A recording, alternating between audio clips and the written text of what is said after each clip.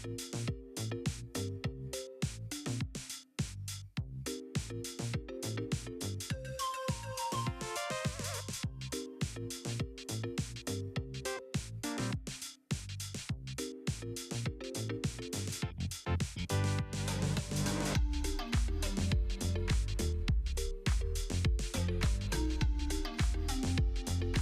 right, everybody. Welcome in, everybody. How we all doing? Welcome in, Cody. Welcome in, Pimpcat. Welcome in, everybody. Hope everyone's doing well. Having a good one here. Just adjusting some. Okay, that should be good. That should be good here.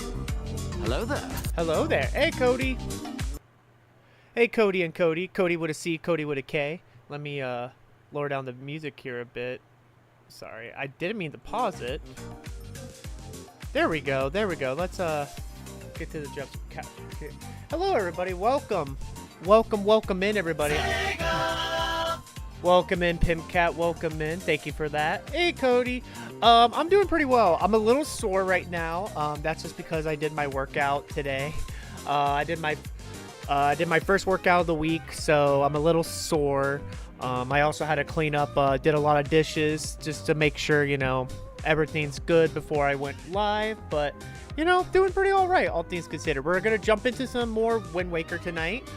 We got the Temple of the Gods. We just got to the Temple of the Gods, which is basically the end of Act 1 and the beginning of Act 2 of Wind Waker here, which I am very, very excited to jump back into. This revisit of Wind Waker has definitely been really fun for me personally. I don't know if it's y'all been really enjoying it. I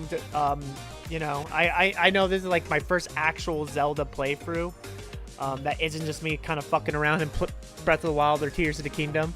But welcome in, everybody. How we all doing? But I've been really loving it. Honestly, it reminds me why I think Wind Waker is one of the absolute best Zeldas, and probably my personal favorite classic Zelda. But we're here. But how you doing, Pimpcat? How you doing, Cody? How's everyone doing here? I'm a little sore. I did upper body today. It was kind of a kick in the ass. I think I just didn't eat enough. Yesterday, I just felt a little fatigued during some of it. Like, I was able to get through my reps, but it was definitely I definitely felt fatigued and stuff. And I did have to skip the Stairmaster to do another set of running home. I ran to the gym and I ran home. Normally I try to use Stairmaster for cardio, but both of the good machines were being used, and I was just not going to wait at that point. I was like, I'm already done with everything else. I'm not going to wait. I'm okay. Throat still hurts from COVID, but on the other hand, I'm watching the Royal Tenenbaums for the first time and loved it. Also rewatched Child Play 2 and Finding Nemo. Royal Tenenbaums, amazing Wes Anderson film. Not my favorite. I'm more of a Moonrise Kingdom. That's my favorite Wes Anderson film. Then Grand Budapest Hotel. And I think I would put Royal Tenenbaums. No, actually, I would put Fantastic Mr. Fox before Royal Tenenbaums. I might be doing some hot takes here. But I mean, Royal Tenenbaums, I can understand why that's it could be someone's favorite Wes Anderson film or up there in the top. It is a phenomenal film. It is a phenomenal film here, so it's a great film. But yeah, Finding Nemo is a great film. I'm not surprised that Elio's not doing well in the box office. And this is one of those things I'm just like, dude, Disney's marketing for that movie. I'm just like, I'm not gonna lie. I'm like, I think they just wanted that movie to fail to justify see, no one wants original stuff, so we're just gonna make sequels and live action remakes here. What makes me so bummed, because I did get to see Elio. I actually really, really liked it. It's not amazing. I'm not gonna say it's classic Pixar, but it's easily they're one of their best films of the past, really since Inside Out 2, or Inside Out, not Inside Out 2, Inside Out, because then you had The Good Dinosaur, Finding Dory, The Incredibles 2, Toy Story 4. Soul and Luca are the only two that I really, really love outside of Elio. Every other film I've been very I really liked it, or I was it's fine, But yeah, I hope you're feeling better here. I hope, yeah, no, definitely, I definitely recommend seeing it in theater. There's definitely some moments that definitely got me going. I definitely recommend it. I'm gonna go to bed now. I have to spend 5 hours to write a new firmware for my really? Damn. Well, I hope you have a good one here. Can we get some good nights in the chat for our good friend Mort? I appreciate it. Thank you for that here. Also, welcome in Bowser Big Bean Burrito. I appreciate your service here, sir. For the inside jokes here. But how you doing here, Bowser's Big Bean Burrito? You love to see it. You love to see it. But welcome in, everybody. But yeah, we're gonna do some more Wind Waker. We got Temple of the Gods, which is again the end of Act 1 and the beginning of Act 2. This is when the game really, really starts opening up, in my opinion, which I'm very excited. I've been really loving this revisit of Wind Waker. Like it just reminds me why I think that it is the best classic Zelda. The only other Zeldas that isn't Tears of the Kingdom or Breath of the Wild that I probably love as much as Breath of the Wild, or not as Wind Waker, is probably A Link Between Worlds, Link's Awakening, and Majora's Mask. Those are probably like the only ones I would get that here. Switch to hell yeah! Are you gonna get Mario Kart World? I'm really shocked that it's wasn't like a complete worldwide, because it sounded like they did do worldwide, but granted, I can understand some regions unfortunately you have to wait. The joys of international stuff. But let me know. We'll definitely try to get some Mario Kart World going back in here. I've been playing my Switch 2 like crazy, either when I'm streaming or when I'm winding down for the night. You never had a GameCube? A lot of people didn't, because the GameCube was considered a failure. It got eaten up by the PlayStation 2, and even the Xbox, I beat it. It wasn't a the GameCube was misunderstood, and also the GameCube was in that era, as much as I love the 6th generation of gaming, it was also in that weird era where a lot of people were wanting to move away from colorful or kind of whimsical games, or colorful art style for gritty games, and really it was like that for the 6th generation and the 7th generation. The only difference is the Wii was such unique that it stood out. I was too busy playing really in the 2000s. I would even say, I was even I tried to play GoldenEye in the 2000s, and I'm not gonna lie, I was starting to go yeah, this hasn't aged well in 5 years. After it came out, it comes with a bundle with Mario, but our original comes with oh nice. So you got a physical cart like I do here, because Asia. Well, let me know here more. I don't know if we're actually friends on Nintendo Switch Online, but definitely add me. We can play some games once you get your Nintendo Switch 2. I mean, I get it. GoldenEye, I understand what, it is a very influential game. It is a very influential game here. I don't think it's aged well. There's no desire for me to ever play GoldenEye. I remember even when it came to Switch Online and finally the Xbox, and I'm just I admire this game, but it's not my I would almost play almost every other first-person shooter around that time. But that's just me. I'm not bashing a game. That's just me. Did you hear that Kevin Durant got traded from the Suns to the Rockets? I did not. I don't really follow basketball as much. Really, more my brother and my cousin follow basketball. And now that I don't live with either of them, I'm pretty much not up to date when it comes to basketball stuff. So I really have no opinion on that. I don't really follow the basketball stuff. Oh yeah, we're definitely playing some Splatoon. Splatoon is definitely being played. Also, welcome in Smallville. How you doing? But the one thing I will say about the GoldenEye that does really well, that has aged gracefully, is that fucking OST. The OST for GoldenEye fucking still slaps. Very bad. Super great. Super great OST. But I don't know. I love my GameCube. I didn't even get it till maybe 2002, 2003 maybe? I think it was Christmas 2002 when we finally got the GameCube, because I'm pretty sure at that point it was dirt cheap. They were basically almost giving GameCubes away because they were trying to catch up and shit. I'm pretty sure it was the summer of 2002, because I'm pretty sure Super Mario Sunshine was already out, but we didn't get it till like later on. I'm thinking tomorrow I'll watch Big with Tom. Really, you never sound Big. Big is definitely like a classic Tom Hanks movie. It's definitely like a very fun 80s movie. Like that's definitely one of those movies that I'm like, like I like from the 80s. Because as much as like I do like a lot of movies from the 80s, there's a lot of films that I also am not like in love with. Maybe it's just because I didn't grow up with it. I mean, there's even movies that I grew up with that I can't go back to because I'm like, oh man, yeah, it's hard to see them without going to critical eye type stuff. But you know, it is what it is. Hey, Clip Me, how you doing, friend? Welcome in, Clip Me.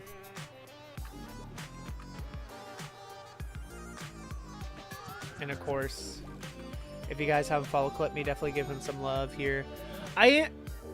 You ever seen Zap? I heard of it. I might have seen it once. I don't really recall that much from it, so I don't know what to really say. Yeah, some movies are just not classic, but still mind-blowing 30 years later. Yeah, like, I mean, I don't know, like...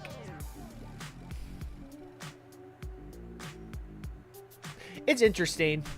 Let's just say that. Like, I do think there's definitely movies that, like, even if they're, like, they show their age or they're cheesy, they're still hold up, like some slasher films, like A Nightmare on Elm Street here, for example. That movie to me I absolutely love, but I love it for the camp factor that it has. Like, and there is some very impressive as effects work for that time. There's definitely some very cheesy, dated shit, but at the same time I'm like, it's a fun movie. Like, I don't know. As much as, like, I mean, don't get me wrong, I have a lot to say about the landscape of today's movies, but I think one of the worst decades was the 90s of movies. Like, there's some really great movies that came out of the 90s, but man, if we're talking like blockbusters and shit, like, there was some garbage. There was some great shit, but there was some garbage. It's awesome as well. I can't remember the last time I seen like the sequels of Nightmare on Elm Street. Scott Baio. I mean, the only thing I really like Scott Baio is it's literally Arrested Development when he goes blah blah blah blah. Like, that's literally my favorite thing, and I will watch Arrested Development any day of the week. Baywatch, all I did was laugh. I mean, yeah, because it was very cheesy, and everyone watched it for the skin tight, like the bikini clad babes or whatever the fuck. I don't think I have ever watched an actual episode of Baywatch. I remember it being on syndication growing up, but I remember it was just like, oh, it's the lifeguard show where, they run in slow motion. That was it. Some heart garbage were good. Don't get me wrong, I do love bad films. I do love some bad films. There are some bad films that I straight up love because, I do think there is an art of making like a bad film entertaining. Like, again, I go to, like, The Room, for example, like, the most easy example. Like, the fact like that, like, it's still entertaining, even though it literally breaks almost every convention to film known to man, but I'm still entertained because I'm like, this is still got my engagement. Back day, I only watched Baywatch to see if Kit was going to be on it. Yeah. I bet so, Sears Smallville. I bet so. Oh, yeah, that's where David Hasselhoff. Do love me some Web Hasselhoff. I mean, sure. I literally have no... I remember I was working at a movie theater when the 2017 Baywatch movie was coming out, and I'm glad that movie didn't do well because it didn't look good, even though it had pretty people that I like. I really do think Zac Efron's like a phenomenal actor who just like gets kind of typecast because he's such a beautiful man. It's kind of like I feel like Colin Farrell finally broke out from that. Like, it's that weird. I always say it like it's like you got the leading man looks, but you clearly want to do like some weird character actor shit. But Hollywood just gives you like all the pretty roles. I don't. It's weird. It's like a weird problem to have. I bet some of my favorite from the '90s: Goodfellas, Seven, Pulp Fiction. Yeah, like don't get me wrong, there are some great movies, but like I'm talking like blockbusters, like particularly like I would say like Jurassic Park, definitely one of the better blockbusters of that decade. Terminator 2, of course. Schindler's List is interesting. because I don't know if I would consider that a blockbuster, but I know it was big at its time. Oh yeah, The Matrix, of course. But like, yeah, a lot of those movies, like, I feel like, okay, I never was a big Silence of a Lamb person. I understand why a lot of people loved it, but to be perfectly honest, it's not one of my actual favorite, like, horror movies. I do think it's a little overrated, but not to say it's bad. Unforgiven, I mean, of course, yeah. Like, probably the last true Western. Definitely last true great Western. What?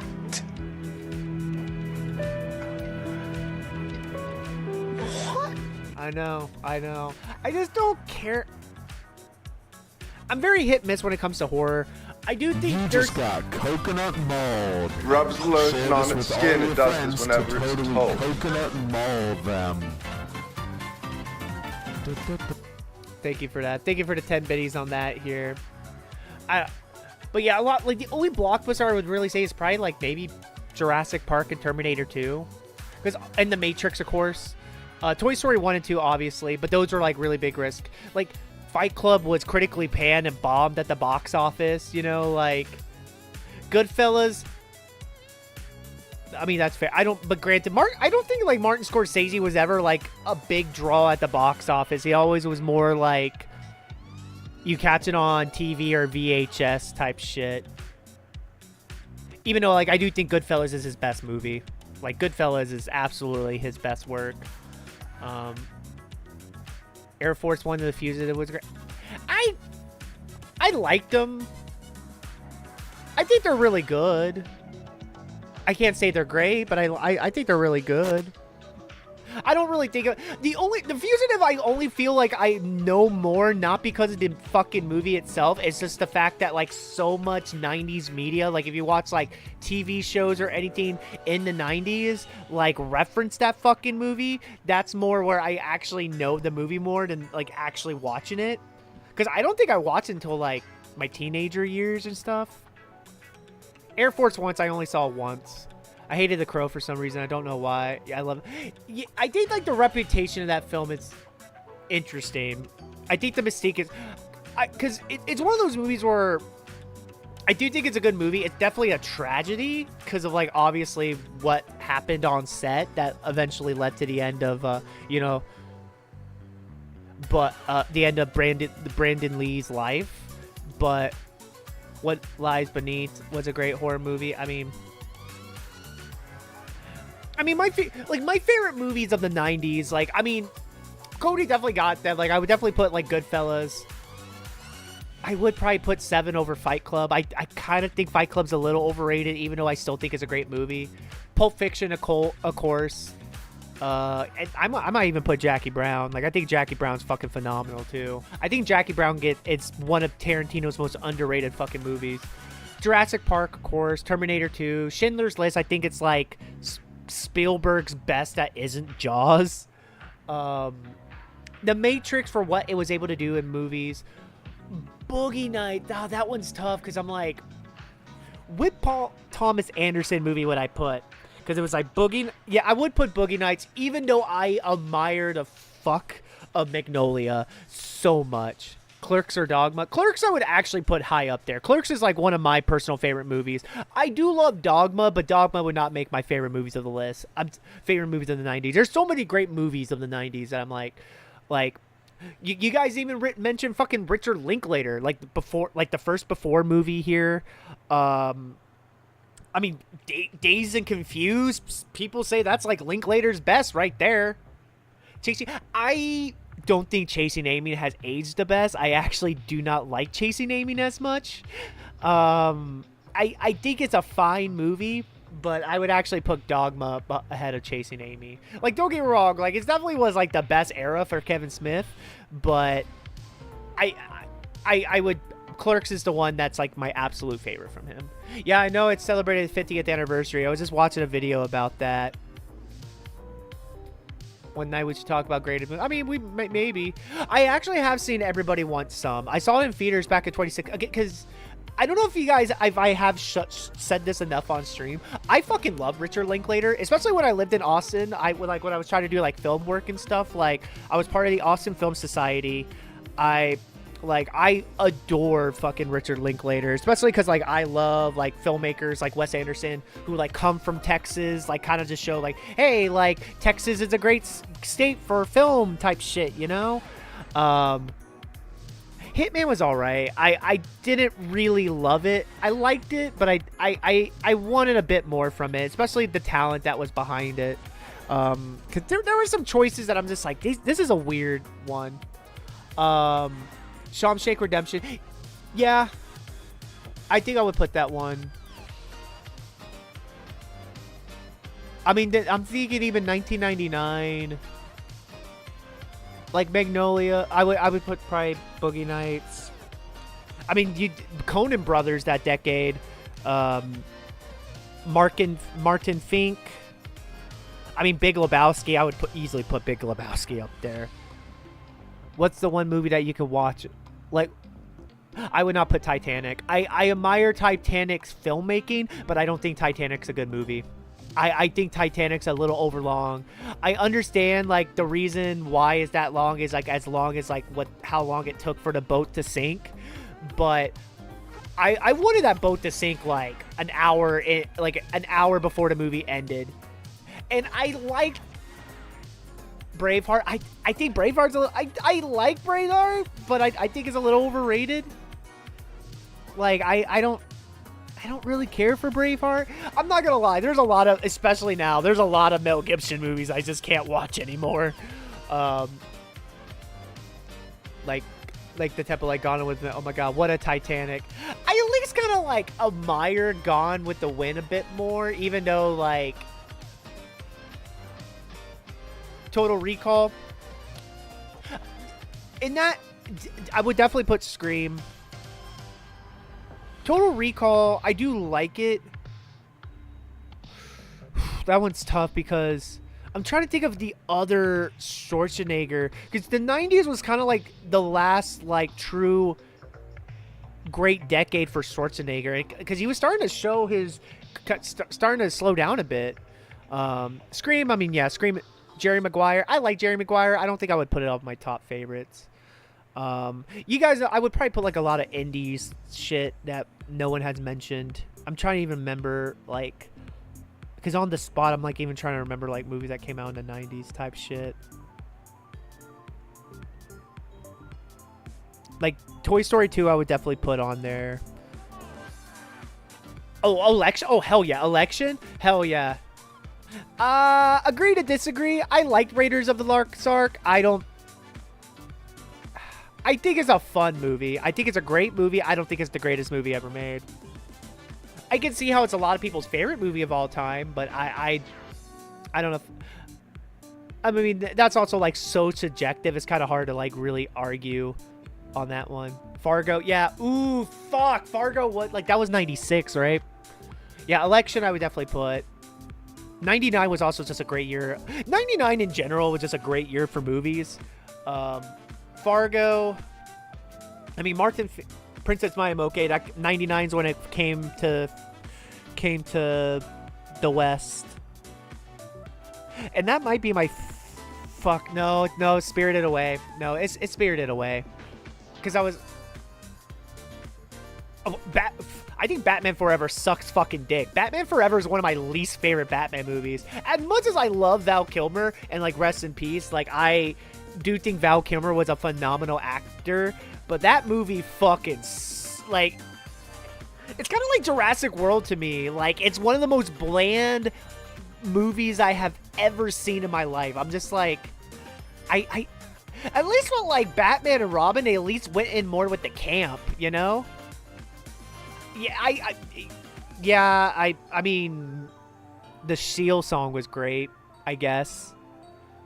Like, I don't know, like, I know I still hear people talk about Batman Forever, but it's like, I'm not gonna lie, I can never take those conversations seriously. American History X, great movie. You ever see, oh yeah, oh, Lost Highway, that is a good Lynch movie.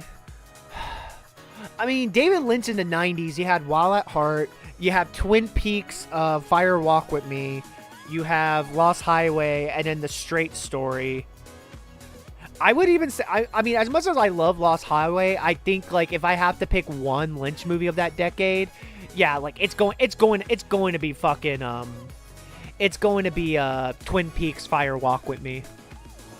Yeah, no, not Buffy. The show was great. The movie wasn't. Speed, I like Speed. I think it was a great action movie. Oh yeah, Val was great. Tombstone. I think that movie works because of Val Kilmer, like 100%. Yeah, I liked I liked him in Top Secret. One of my favorite Val Kilmer performances was fucking MacGruber. I love MacGruber, man. I would defend MacGruber to the day I die, baby. But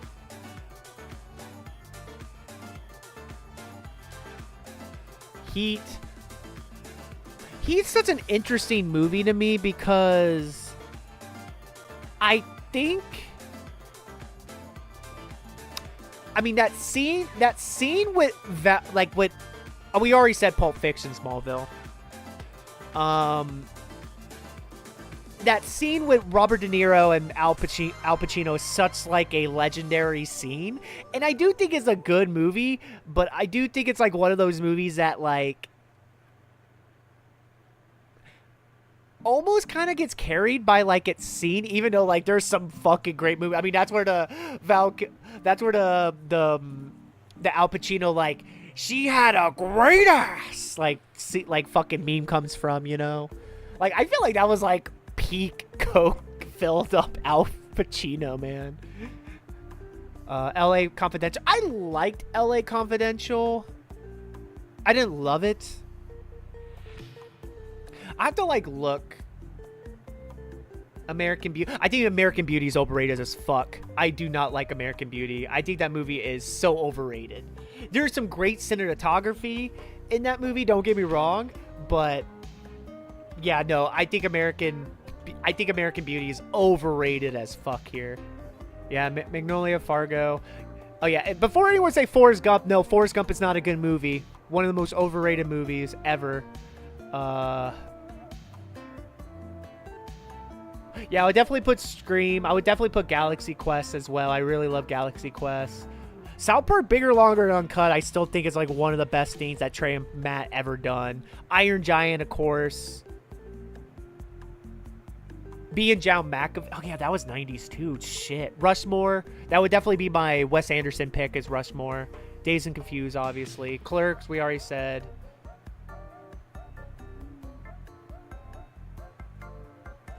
My Cousin Vinny. I remember watching that with someone I was dating at the time.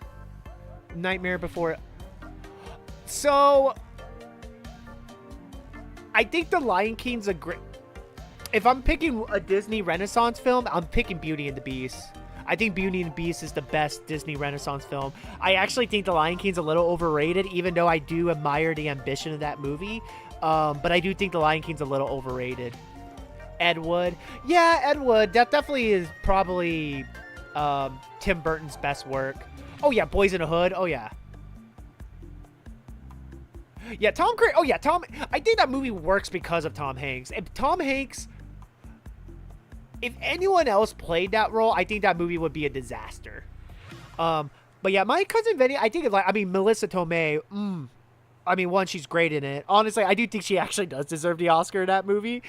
And she's fucking fine as hell in that movie. But also, like, she's, like, to me, she makes that movie. And Joe Pesci's fun as fuck. I like Dracula. I didn't love it. But I liked it. Oh, yeah, Transpotting was the 90s, too. Transpotting. Election.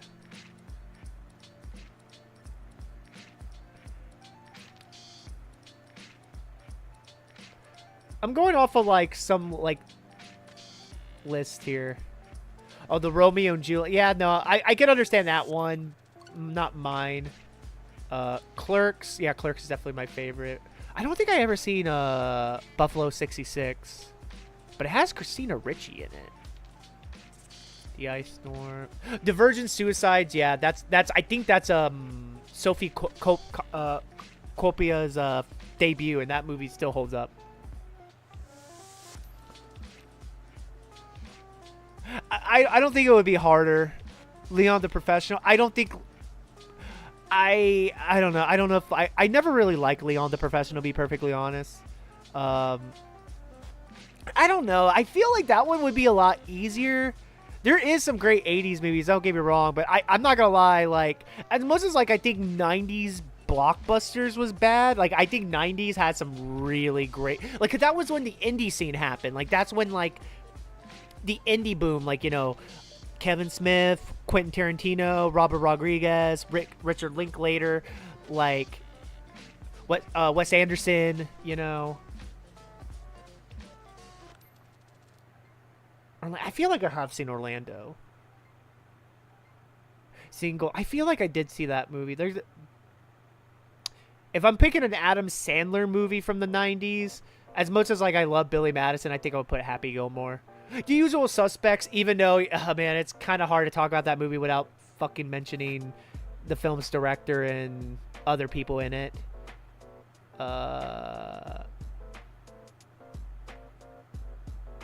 Oh, Casino was the 90s.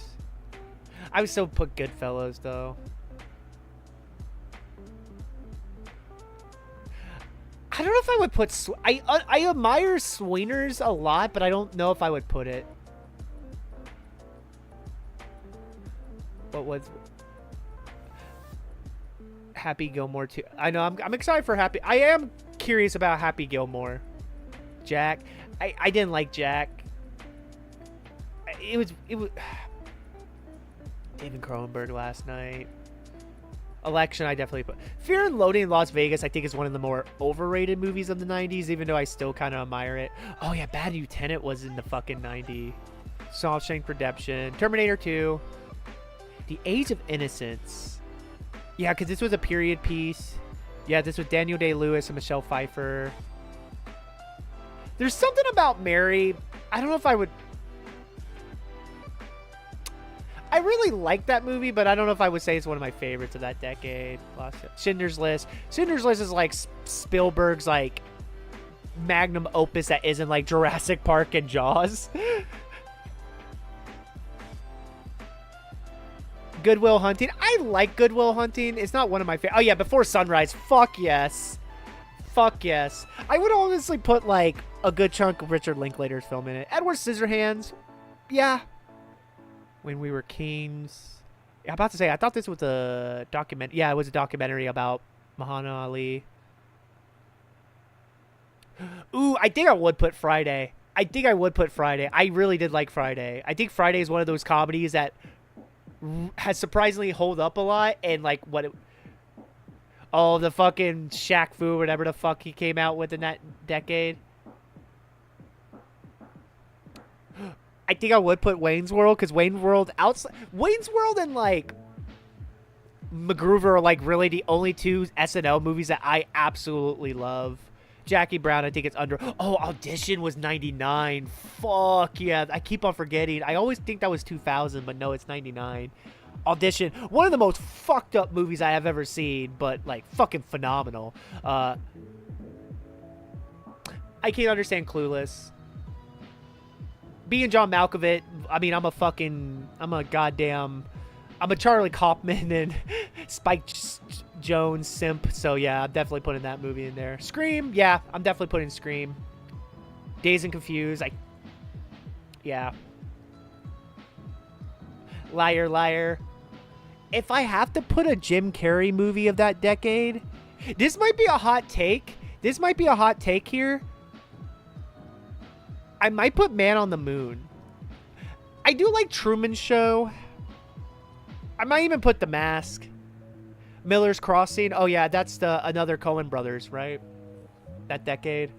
Babe and Pig in the City. Yes, I fucking love Babe Pig in the City is a great movie. I hate that it bombed, but I love that fucking... George Miller, the director of goddamn Mad Max, did the Babe movies, and it makes me so happy. It made me so happy here. Wow, That Heart, yeah. South Park, Bigger, Longer. Yeah, I'm definitely putting that on my list.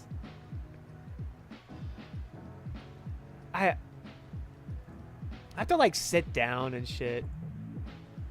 LA Confidential. I get the love for LA Confidential. I really like it. I don't love it. Heavenly Creature. Oh yeah, I think I have seen this one because this one does look. Because I do. Oh yeah, it was because it was a Peter Jackson movie, and this was like young Kate Winslet, like before she was really broke out in Titanic. Yeah. To Sleep with Anger. JFK. I find Oliver Stone films very fascinating, but I don't know if they're good. I do find them interesting. Breaking the Waves. Ooh, Starship Troopers. I would definitely put Starship Troopers. Starship Troopers is one of the best parodies I have ever seen in my life. Starship Troopers is like fucking great shit, you know? Yeah, Lion King. Naked. Unforgiven, yeah. Yeah, no, I was like, there was a crash in the 90s because I'm like, but no. Firework, eh. Blair Witch Project, I think I would just put on for what that movie was able to do, but I also do not think that movie was not a good, I don't think that's actually a good movie, but I admire what it was able to do. Transpotting, yeah. Big Lebowski. My Own Private Eye. Princess Mononoke. Heat. I would give you Heat. Free Color. Oh yeah, there was the Free Colors trilogy. That's right.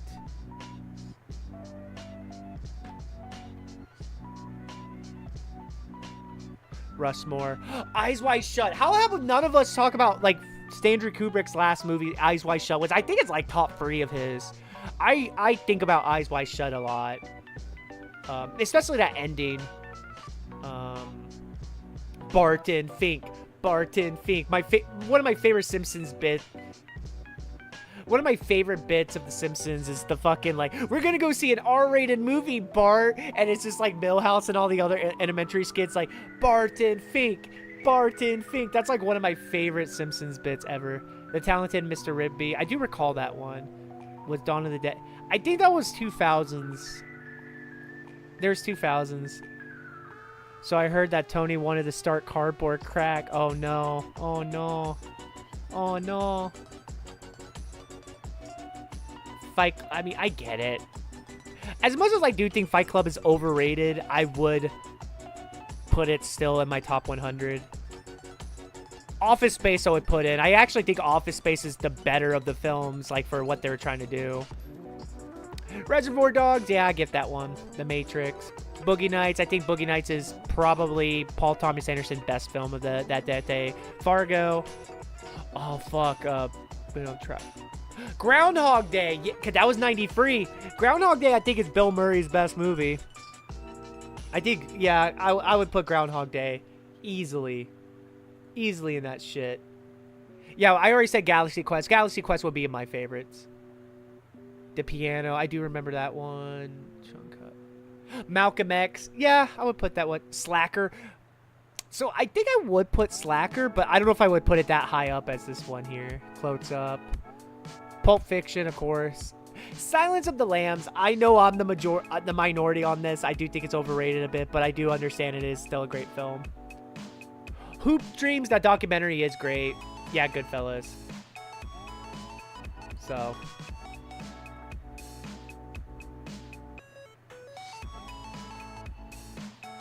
But yeah.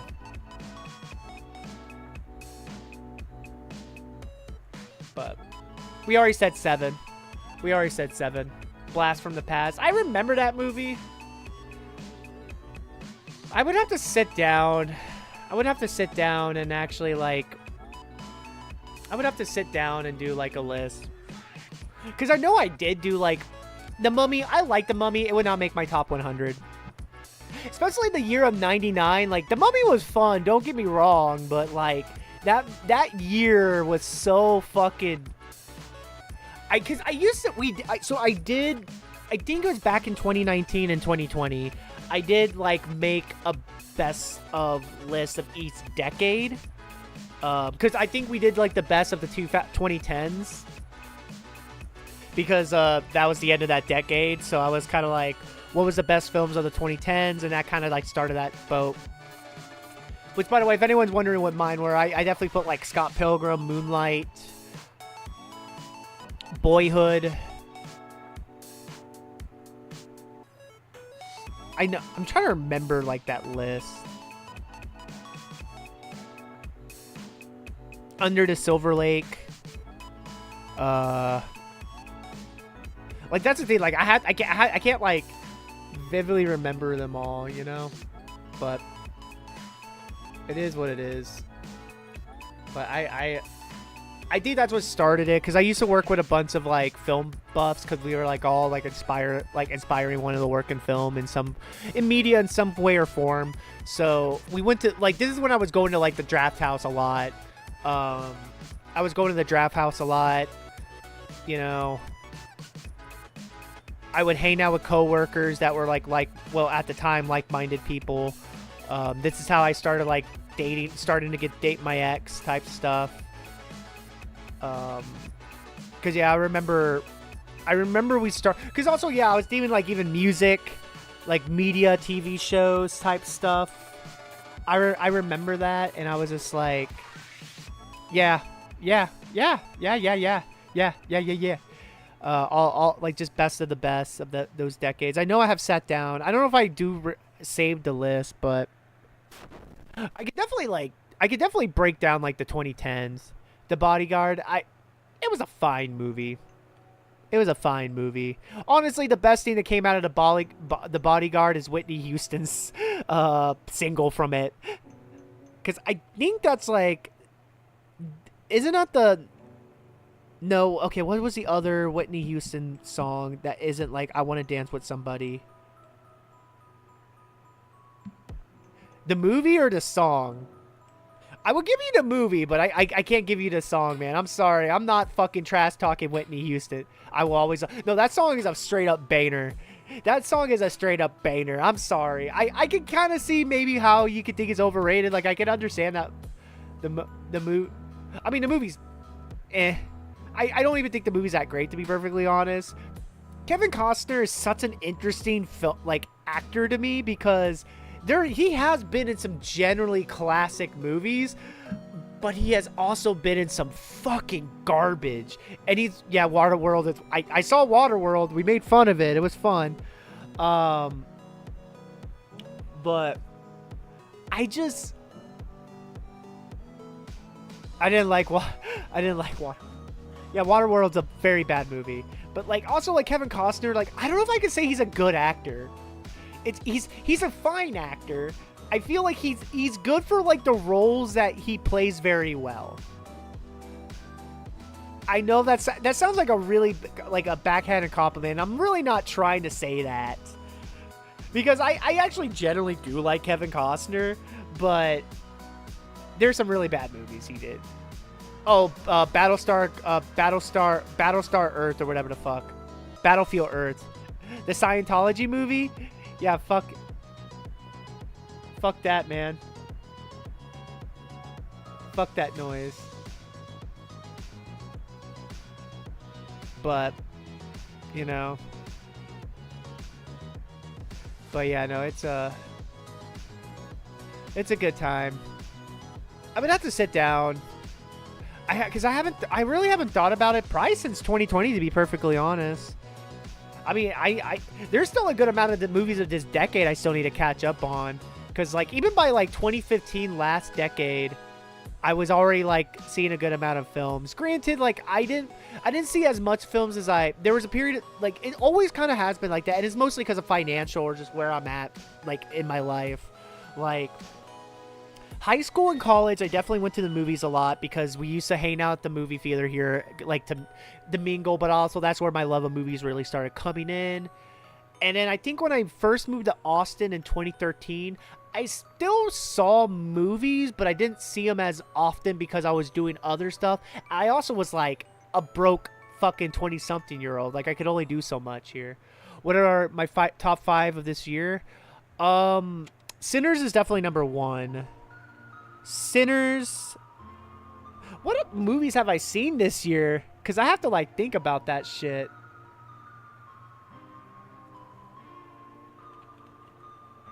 Because there's even movies I still haven't got the chance to see yet. I did get around to seeing Mickey 17. I really did like Mickey 17. That one, I don't know if I would... I still need to see Black Bag. I heard nothing but great things about Black Bag here. There's no way in hell I'm fucking putting the Lilo and Stitch remake on there. I still need to see Warframe.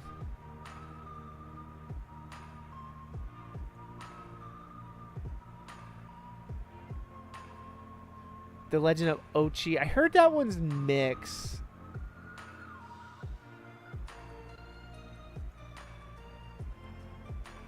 Yeah, I haven't seen as much movies this year as I want to. I definitely need to fix that. I guess I would put Elio, even though, like, it's, like, would be in the bottom here.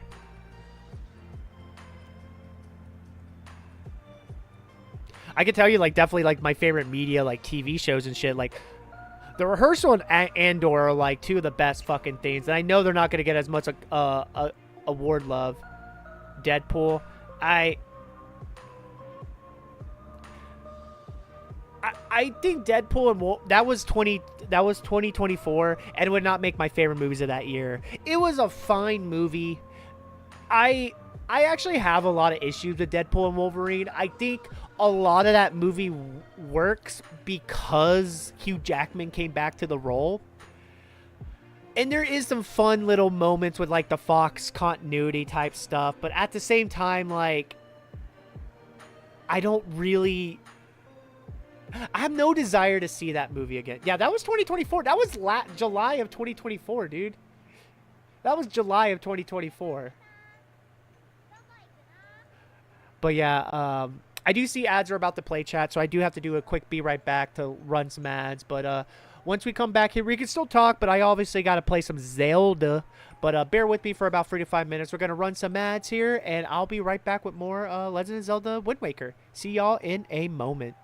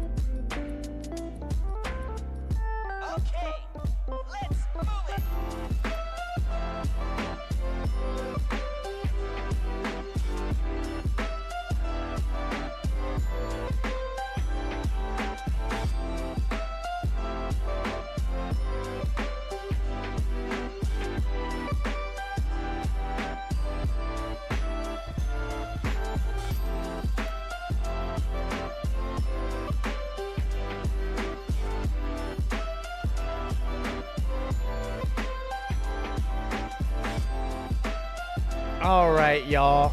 Welcome back. Welcome back from the ads and the ass here.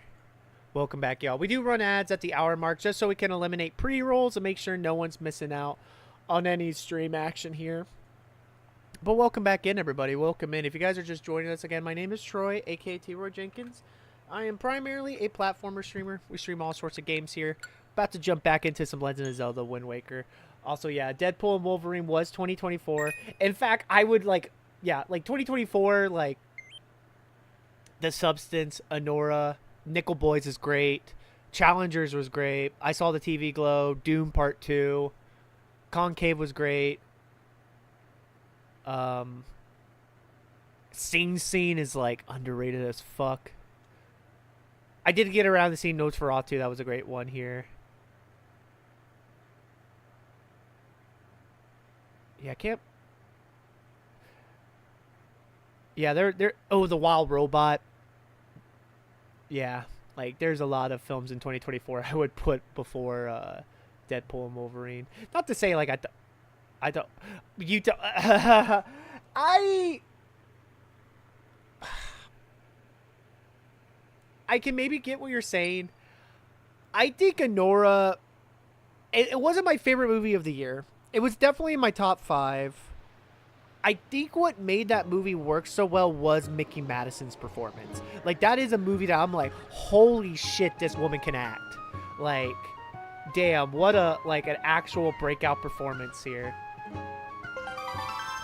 And especially, like, when shit hits the fan, like, I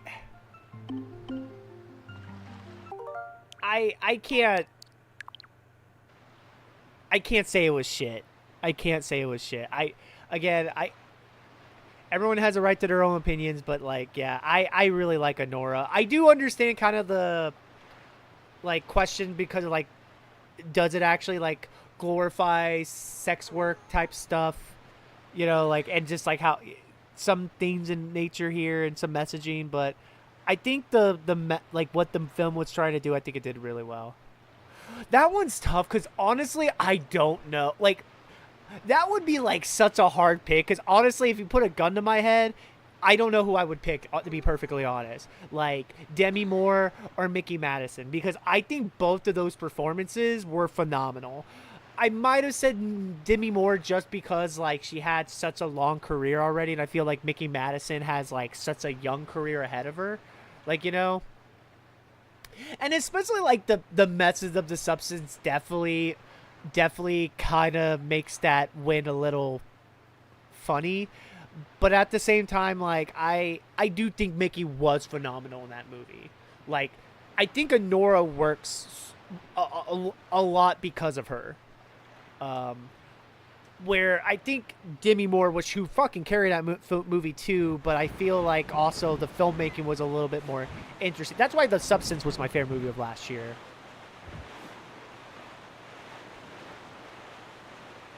Because the filmmaking was like, that is like one of those filmmaking, I'm just like, I love that this filmmaker just went fucking for it. Like, just go for it, baby. Just fucking balls to the wall and never stop. Alright, we gotta fucking do this shit.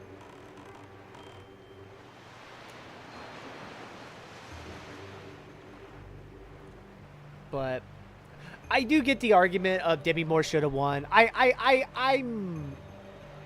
understand that. I understand that. Like, and I don't think you're necessarily wrong. That one's like just tough because I'm like, both of those performances are really, really good.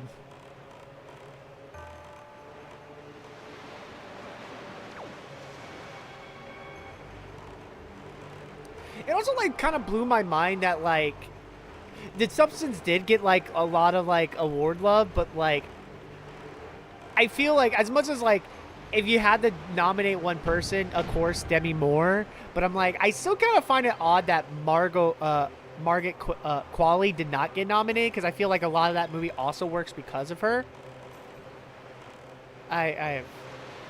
Granted, I also like take the Oscars with a very thin grain of salt. Like, I think it's a fun conversation starter, and it's definitely like fun for like film nerds type stuff. But I also they have rarely got it right more than they got it, like, just kind of like...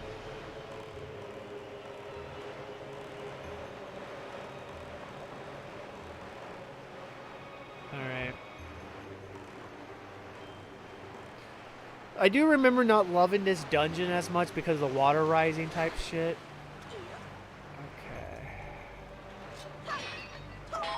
Okay. Yeah, give me some rupees, baby.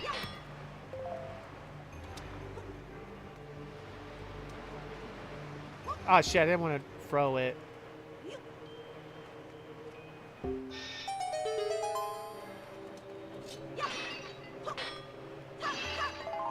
Okay.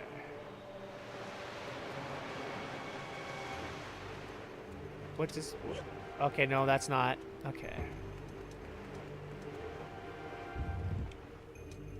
Yeah. I can see why you think Honora wasn't that great. Like, I do think the criticism of that film is very valid.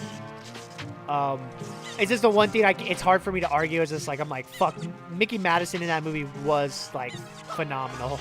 Like, goddamn, she really made. She really did make that movie work, in my opinion.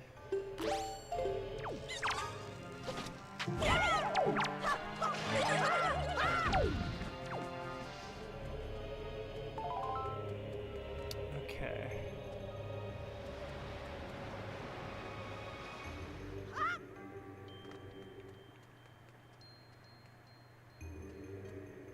I wanna go on there. I think that fish blob is having some kind of seizure. Oh, I don't think it... Oh, fuck. I just want to grab... Can I get on it? Can I not? Am I just fucked? I mean, it's just kind of moving, you know? Alright, let's see if I can do this. What? Oh, that's bullshit. That's so bullshit here. Oh, okay. Yeet. Okay, now I know what to do.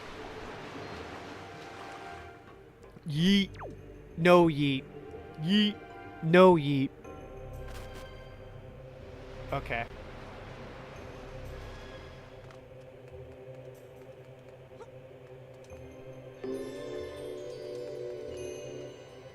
Alright, I just gotta wait. Fuck.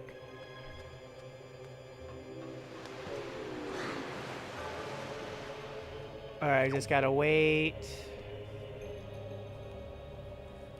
But yeah, if I'm talking like media from 2025, like I haven't seen it. When the moon hits your eye like a big pizza pie, that's amore.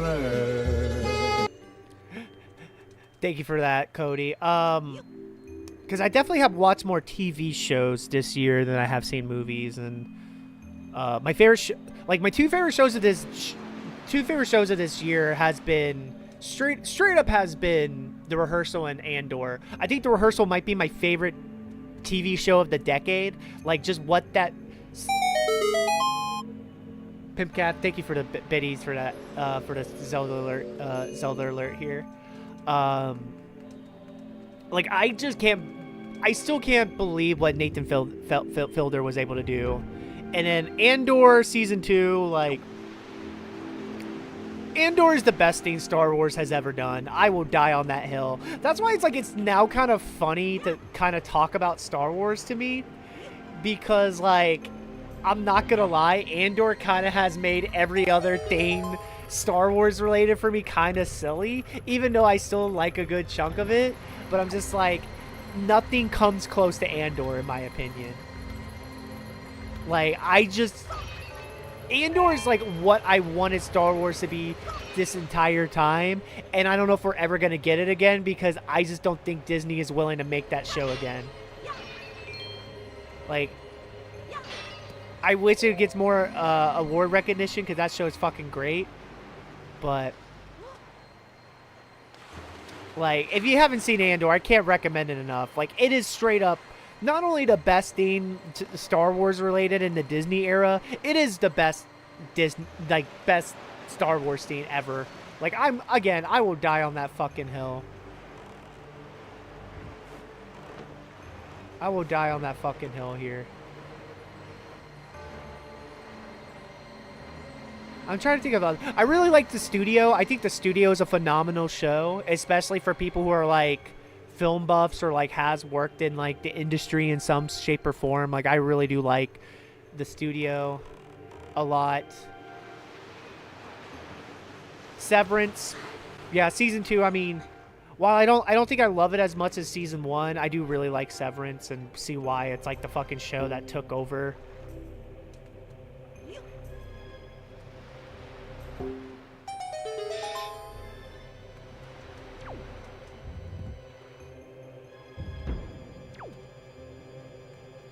All right, I see sticks. Do I have to light that on fire?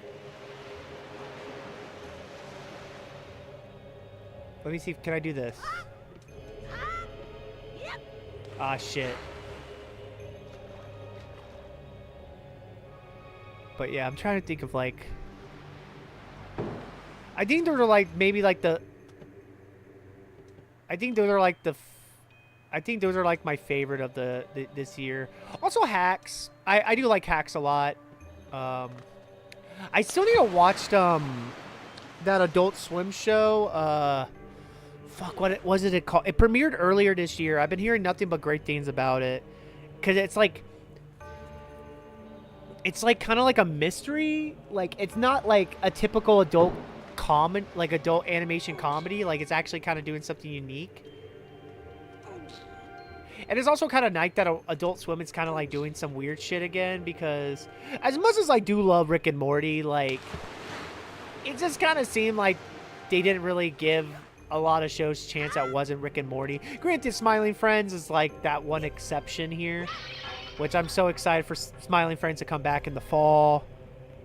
There's like a lot of stuff I'm generally excited about, like Smiling Friends season 3. I am so excited for the new Raphael Bob Raxburgh show, his follow-up to BoJack Horseman. Like I am so excited for that. Like that is like a day one watch for me, because BoJack Horseman is literally like my favorite show of all time.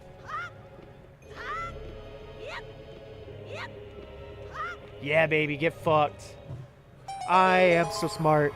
I am so smart.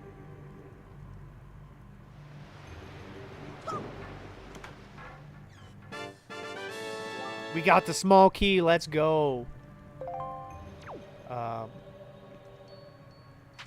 Fuck, of course. Fucking assholes. Oh no, I don't want to do this.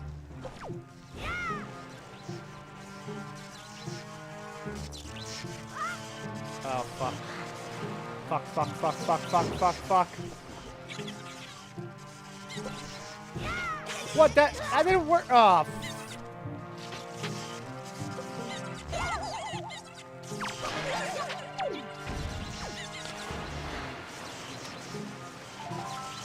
All right, we'll run away from that here. I mean, if we're talking like games, like, I mean, it's gonna be hard to beat Expedition 33 for me for Game of the Year. I'm so glad the Sonic movie made millions for Paramount because yeah, I know. I mean, yeah. Also, welcome in, Mom. I know. I was kind of wondering when they were gonna confirm that, because I'm like, we saw the leaks, or I thought that was gonna be the Summer Game Fest announcement. It makes sense why it was at the Kid Choice Awards, because it's so heavily Nickelodeon related. So that also like confirms that like we're gonna get the movie versions as DLC as well. I just love it because, okay, like on one hand, like I understand it's kind of dumb and silly. It's like, why are you excited for fucking SpongeBob, Teenage Mutant Ninja Turtles, and Avatar to get in? And because I'm like, it is one, because I also love I love SpongeBob, Teenage Mutant Ninja Turtles, especially SpongeBob. Like that was like my two favorite things like growing up in middle school was straight up Sonic the Hedgehog and SpongeBob. So that is something that 10-year-old me would be fucking thrilled about. And then, oh fuck you, dude.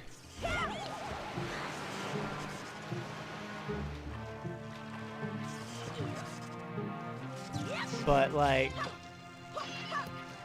I did make the joke. I'm like, I'm hoping that if somehow they're able to get Dragon Ball and Spider-Man in Sonic Crossroads, it will literally be the ultimate autistic kart racer. Because if you want the fucking like the fucking autistic like diagram, it's literally Minecraft, SpongeBob, Dragon Ball, Sonic, and Spider-Man. Like it is literally all of those things. Like every, and I'm speaking because, like, you know, obviously I am that person. Like, oh shit. Speaking as that person here, I'm like, it explains a lot of my, shit here.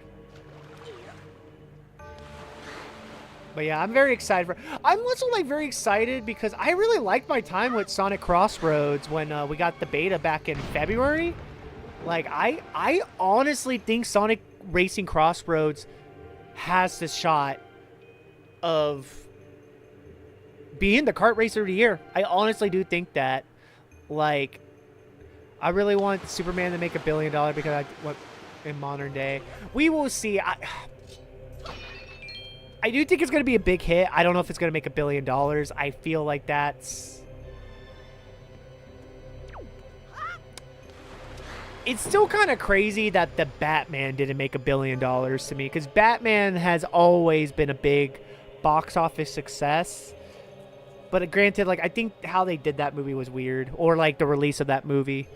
I do think it's going to be a big hit. I don't know if it's gonna make $1 billion here, but I do see it being a big hit.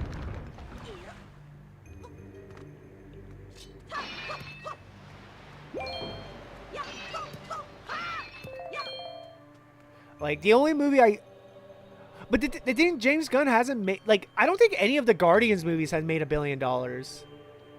I don't think any of the Guardians movies made $1 billion here. Let's see.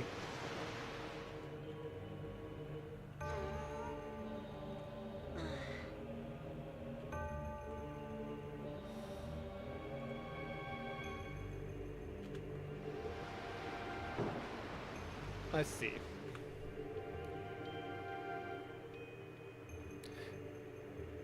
Yeah, no, Guardians 2 is the highest globally, and it's just shy of 900 million. It's 869 million. Which, I mean, still, like, for a fucking, like, a B tier, a C tier Marvel team. Like, still pretty good. I mean, even Guardians 3 still did, like, it still did really well, so that's the only reason. Like, James Gunn does make amazing movies, but unfortunately amazing movies don't also go into box office because I don't want to go into that rant. I'm just like, sometimes I feel like people just like to go too safe type stuff and not. But I can see Superman really being a breakout. Especially, like, I feel like now more than ever, this Superman movie really like, I am generally excited for Superman, not just because of James Gunn, but just because of, like, where we're kind of at in the world right now. Like, this has been one of those, like, this is, like, just one of those times that I feel like the Superman movie that James Gunn's trying to make can really hit home. Like can really, like, make why that character works so well.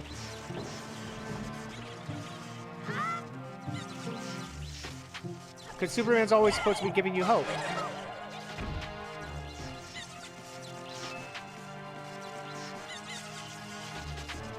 But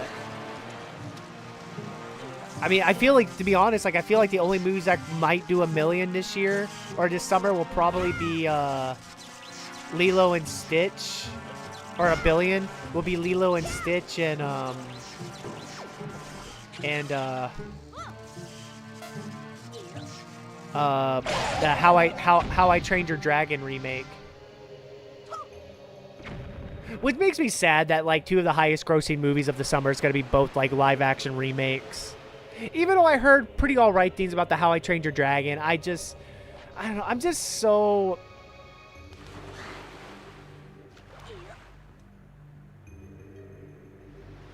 I mean, but you still like, I mean, 100 million. It's still a lot. Like when you're that far apart, you know. Like, yeah, it's close, but like, it's still a lot. Oh, I can't even get up there. Fuck me, dude. I mean, I could see it, but I don't think any Superman movie has grossed $1 billion.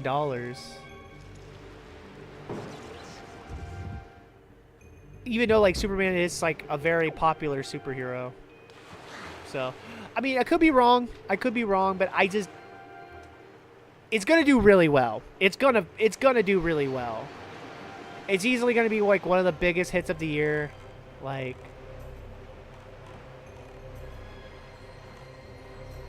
It's just really hard to think it's gonna make...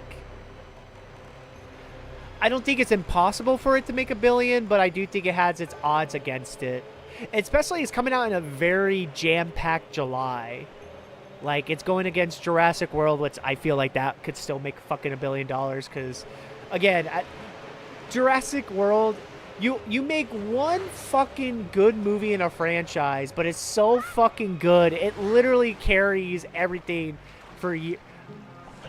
I'm just, like, so fascinated because, like, I don't think there has been a good Jurassic Park movie outside of just the OG Jurassic Park.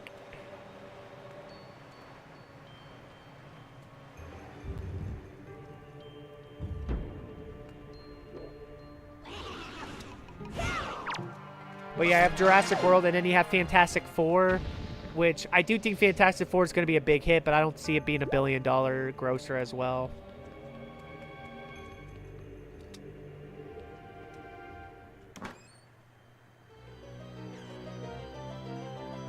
I mean, it is. I mean, both the world that we live in and all the Jurassic World movies are bad. And I've seen them. Unfortunately, they're not good. I got the compass. What the fuck? Damn it. But the thing is, like, again, like, quality doesn't stop box office. Like, people will fucking, like, people will watch it. And Scarlett Johansson is a big star. Like, she is still a big movie star. I'm very curious how F1's going to do in the box office, because I feel like I could see that being like kind of a hit or an underperformer, just because, like, I know F1's getting big here in the States, but will people literally go to the movie now just for, like, an actor? Because I feel like that just doesn't happen as much anymore. I don't know. I definitely want to see F1 this weekend, because I want to see it in IMAX. I want to see that fucker in IMAX here. Like, I want to see that shit. Like, when you got the director of Top Gun Maverick, I want to see that shit on IMAX, because I know those fucking driving sequences are gonna be fucking wild, and fucking just like, I'm just gonna be busting enough here. Oh no, trust me, I know it's, yeah, we try not to do it here. And especially, it's also, I get where you're coming from, because one of my best friends, he's actually in the Army right now, and yeah, let's just say I'm very nervous for a lot of reasons. Since Force Awakens. Oh, I saw Across the Spider-Verse. Shit, how do I do this here?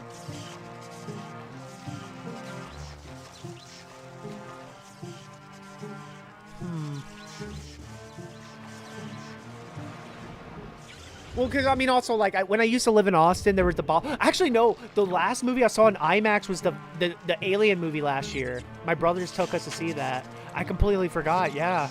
We saw the Alien movie last year in IMAX. And I saw Oppenheimer in IMAX, because I fucking had to.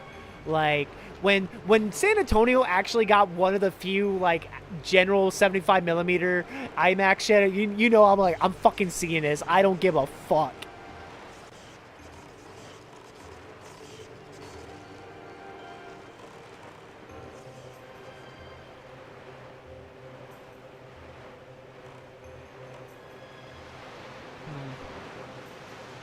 I feel like I'm missing something here.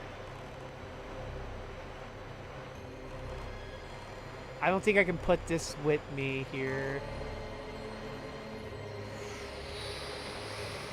I'm trying to think. And I'm clearly gonna get the bow and arrow here, but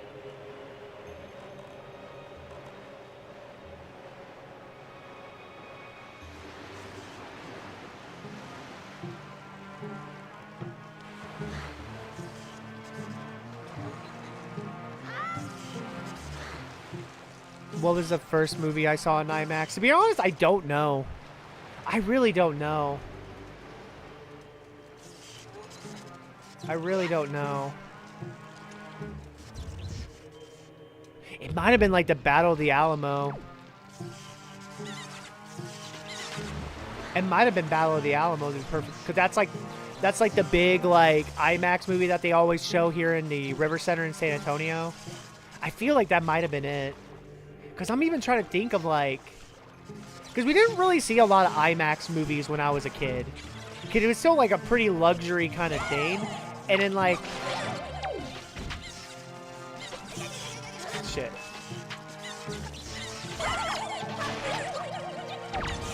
Shit.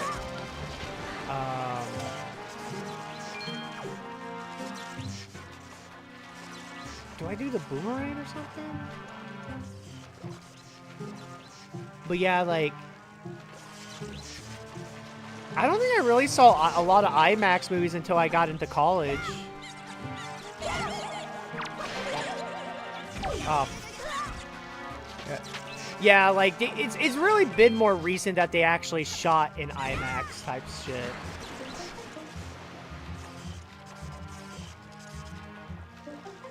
Like, because IMAX was, like, more of a novelty. It's kind of like what, like, VR is right now. Like, you know, like, it is, like, a very impressive technology, but not a lot of people really use it because it's still, like, the barrier to entry. Like, I would say IMAX finally really took off within the past, like, 15 years. And it's probably because of Christopher Nolan. Let's be fucking real. Because Christopher Nolan's definitely always been one of the big advocates for IMAX and stuff. Because it's not cheap to shoot for IMAX. Like, it is not cheap. Like, you can only be like a filmmaker like Ryan Coogler or Christopher Nolan to basically say, I want to make my next movie and shoot it in IMAX. Because they know I'm like, you know, he has given us some box office hits, so, you know, we can't really complain there. Hell yes.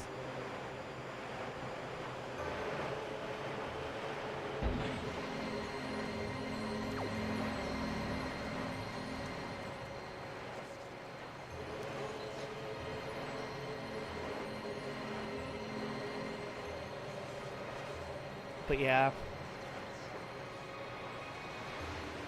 2033, I actually did see a lot of movies in IMAX. I wanted to do the A24 in IMAX when they did like all the A24 movies in IMAX because like some of my favorite films of this past 15 years have been A24, like Hereditary. This better not awaken anything in me. Thank you for that, Cody. Hereditary. It Follows. I'm trying to remember all the... I think they did Midsummer. I think they might have did Good Times as well. I know they did not do Under the Silver Lake because I feel like A24 just kind of forgets that movie exists even though that movie's like easily one of their best.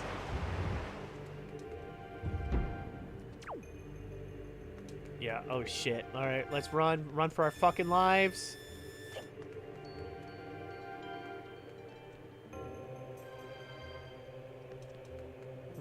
Oh.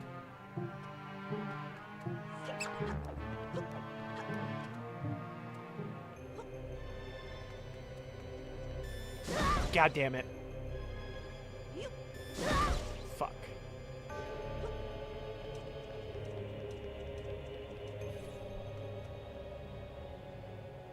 Ah, damn it.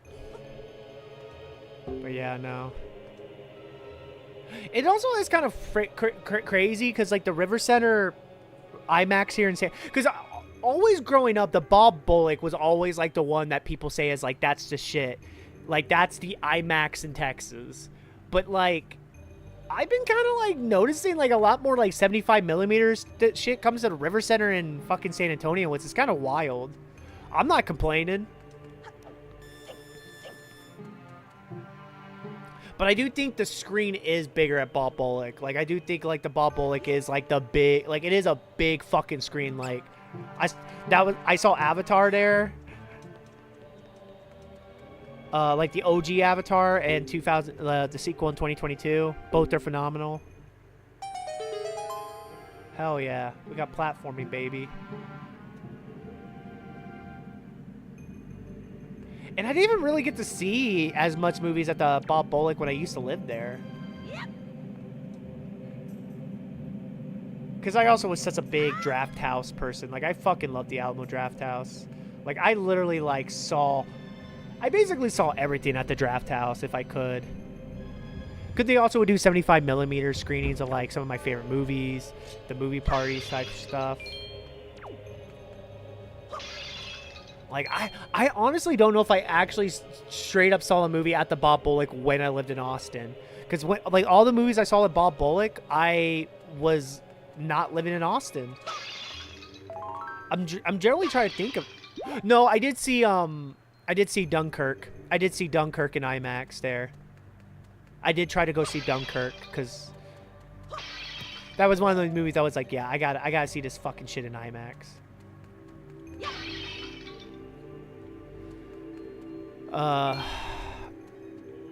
Where have I lived? I mean, it's really just been Austin and San Antonio. I'm not going to say exactly where because I'm not fucking doxing myself, but yeah, like, I really have only lived in Austin and San Antonio.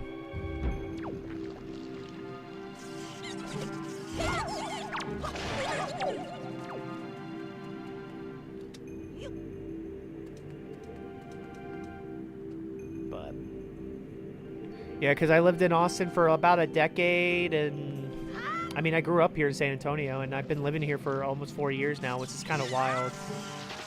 That one still kind of blows my mind a bit, to be perfectly honest. Yeah, I know. Oh, I don't fucking live in Florida. Fuck that. No, I don't live in Florida. Dude, I don't even like living in Tech. I already hate the people who run or stay here in Texas. I'm gonna fucking hate Florida. Don't get me wrong. There are people who live in Florida that I generally love. Looking at you, you know. I'm not gonna say, but no, I was born here in Texas. I'm not gonna say where I was born because fuck that noise. Again, not doxing myself.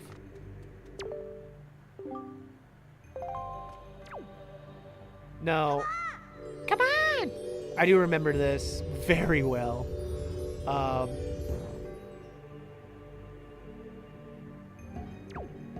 No, like, I lived in Texas my entire life.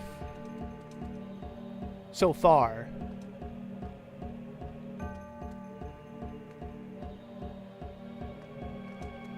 But yeah, no, the only reason why we gone to Florida a lot in the past, like, 5 years is just because my mom really likes Florida.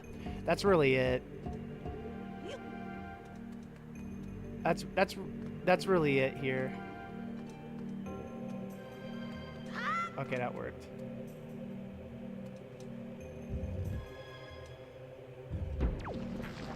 God damn it, I hate these fucking enemies.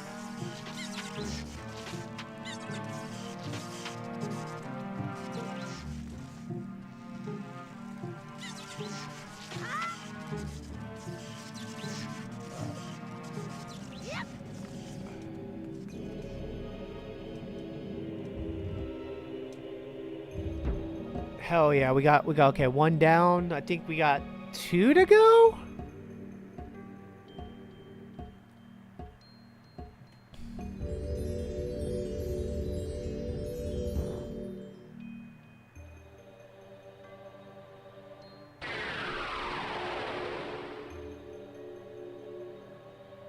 Ooh. Okay, let's get the Wind Waker out.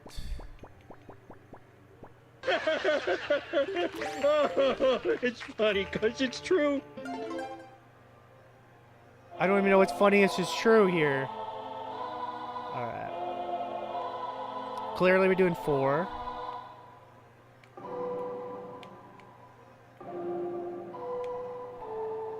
There we go.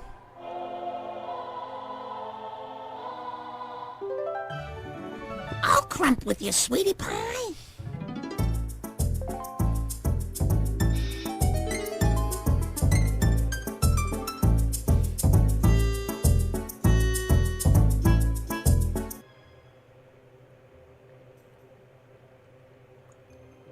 Thank you for that, Smallville. Man, it's gonna be crazy. I gotta get some Donkey Kong alerts. Because once we probably finish Wind Waker, I'm thinking about just revisiting like Donkey Kong Country 1, 2, and 3. Because fuck it. I'm not revisiting 64 though.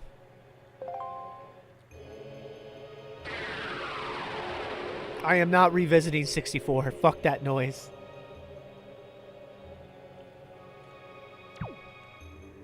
Alright, the command melody. I do know this does come into handy pretty much for the rest of the game, honestly. Yeah, because I do think... Play Magic... I don't know how... One, I don't have Magic cards. And two, like... I'm not going to get into Arena. And to be perfectly honest, I kind of prefer... There are games that... There are stuff I prefer just to do off-stream here. Like, I think I don't mind, like, doing games that I have played on, played before on streams, or, like, games that I'm generally, like, really excited for. But I have learned that, like, there is this stuff that I'd rather just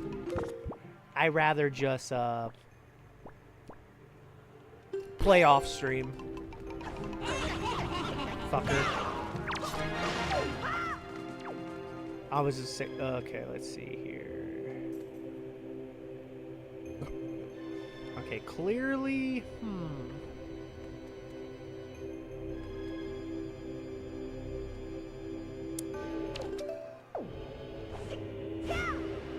Come here, bitch. Come here, bitch. Alright, that doesn't do shit. Fuck.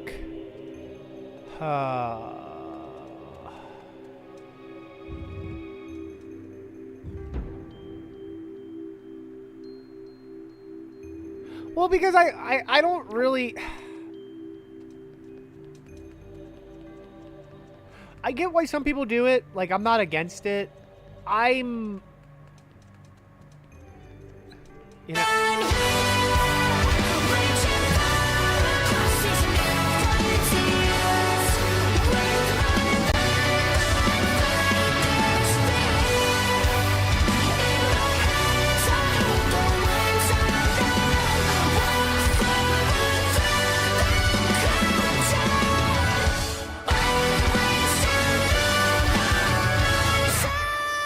Welcome in, Raiders. Steve-O, how you doing, man? Welcome in, welcome in. If you guys are just joining us, hello, my name is Troy, aka T. Roy Jenkins. I'm primarily a platformer variety streamer. We're currently playing through some, Oh, no, it's Sonic's birthday tomorrow. My birthday's in January. My birthday's in January here.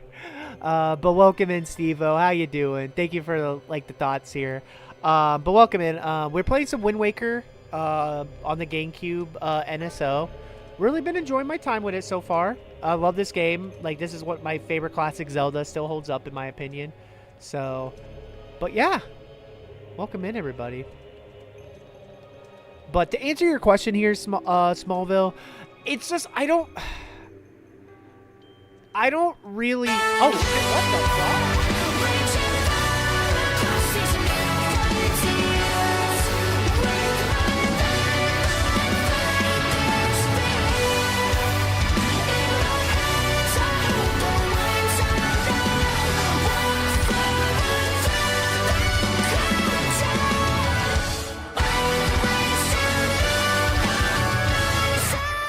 Wow, a double raid. Was not expecting that. Holy mother of gods.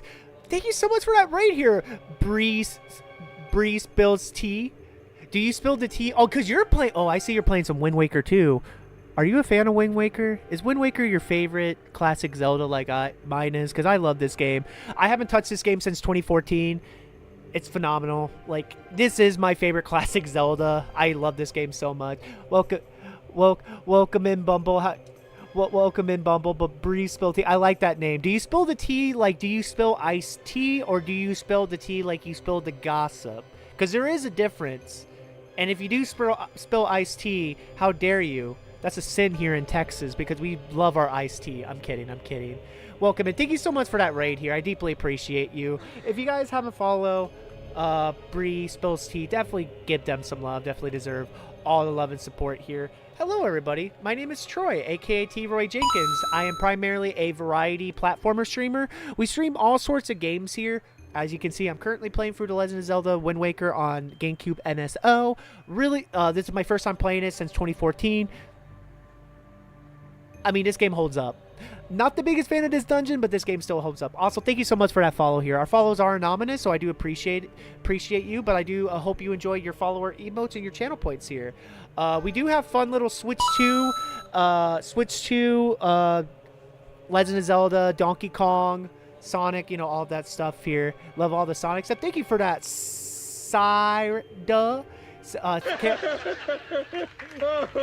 It's funny because it's true. Thank you so much, Bumble, for the happy early bird. I know. I'm trying to fucking spell. I don't know why I'm butchering the name. I'm sorry. You got the Sonic stuff. You have to get it. The Sonic theme stuff. Oh man, what am I missing? Sega. Oh, Sega. Yeah, I just got it now. Sorry, I just had to sound it out for a second. I was like, oh. You got the Sega. There you go. Also, it isn't my birthday. It's just the 34th anniversary of Sonic, since I'm a big Sonic fan. So, you know, I haven't played a classic Zelda before Wind Waker. I played Breath of the Wild, Echoes of Wisdom. Oh, so you really haven't played since. So you have played like more the recent Zelda. That's fascinating. I haven't seen that as much.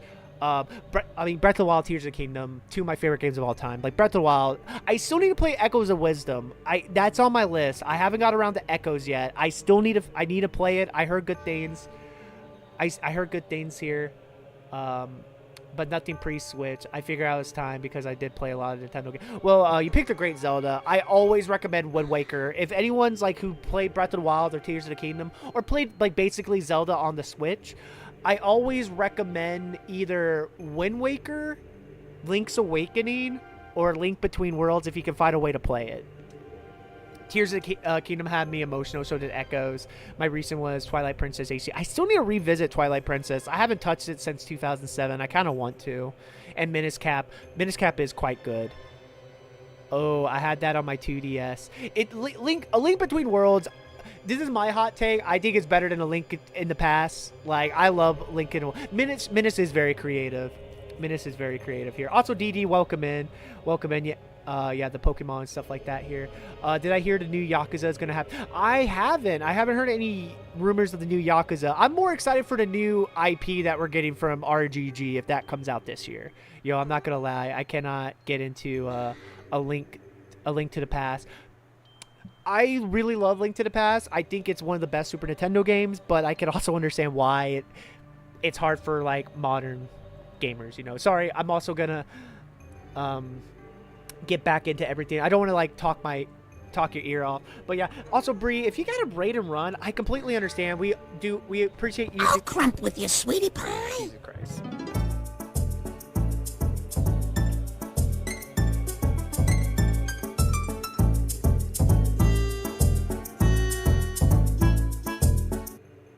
That's no good. Thank you for that, Smallville. Also, thank you for the follow. Our follows are anonymous, so I do appreciate you for that follow here. But yeah, if you got to do the post-stream stuff, I completely understand. And if you guys, anyone has to raid and run, I completely understand. All I just ask is, if you haven't followed the channel, it does mean a lot here. And if you can just lurk, if you can just drop me a tab on the lurk here, it does help the channel with discoverability and stuff like that here. It's always good to see you playing a lot of Nintendo Mario stuff, so I had to show love because I played a lot of that growing up. I know I definitely do play a lot of Mario. Mario is definitely one of my favorites. I'm a big Nintendo person, so yeah, we're definitely gonna be on a, because I've been lucky. I'm very lucky enough to have a Nintendo Switch 2. I'm very excited for DK Bonanza. We're gonna be playing that. I'm probably gonna, once we beat Wind Waker, I'm thinking about revisiting Donkey Kong Country 1, 2, and 3 again, just cause fuck it, why not? We did Tropical Freeze and Return earlier this year. Let's just revisit those games. But I appreciate the raid here, my friend. I appreciate you again. I appreciate all the love and support. You could rate it to anyone in Twitch, so that's why I appreciate you here. Millennium to a T. Yeah, I am definitely a millennial. I am 32 years old and not ashamed of it. Not ashamed of it here. I'm happy about my age for the most part. This is what I'm talking about. Time travel between World War 1 and 2. That's basically what the new update for. I don't know. It could. I haven't heard the rumors yet. I'm not saying it's a new Yakuza. I'm thinking it's a new straight up RGG IP, but we will see. Well, I can't stop 4 a.m. here, and I need to short a couple. Oh, yeah, no, get some sleep here, Bumble. Get some sleep here. Get some sleep. I appreciate you. Can we get some good nights in the chat for Bumble here? Yeah, Project Sentry. That'd be interesting. I need to feel return. Mommy is always on top. Thank you for that. Returns is great. I definitely recommend Tropical Freeze. Pardon my lewdness. I got a boner for that. I really can't recommend Tropical Freeze enough. I really liked Returns, even though... I mean, if I have to pick between Returns or Tropical Freeze, I'm going to go Tropical Freeze all the way here. But it's not an easy game. I did 100% it earlier this year because I'm fucking insane. Like, I'm insane here. All right, I'm trying to think. Do I just, let me see. Do I do this? It is hard. I mean, all the Donkey Kong countries are hard, so fuck.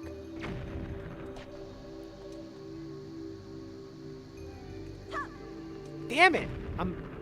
I've been wanting to try Donkey Kong Country game, but I completely messed up so terribly. They're not easy games, but I can't recommend them enough. I mean, there's really not a bad game. I mean, Donkey Kong Country 2 and Donkey Kong Country Tropical Freeze are like literally two of my favorite games of all time. But like, I love all of them. I love all of them here. I have a disc for Tropical, but I just go back and for the Switch one. I don't know if there's a performance boost here. I haven't messed around with a lot of the backward compatibility and stuff. Oh my god, Breathe, they're so fun. They are. Okay, so here's the thing. Seda. I really like Donkey Kong Country 3. It is actually my first Donkey Kong Country, and I actually think it's better than the OG one. Where's that damn fourth Chaos Emerald? Also, yeah, do you stream yours? I know that's like a hot take for a lot of people, and I'm just like, I don't get it.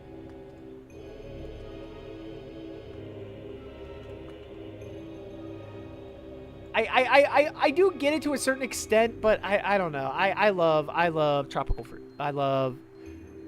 Oh my God, the King K. Rool.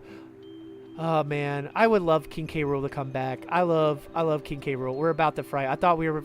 Look. I'm not saying they're bad games. I like 3. There's a lot that I like about 3. I tried to play through 3.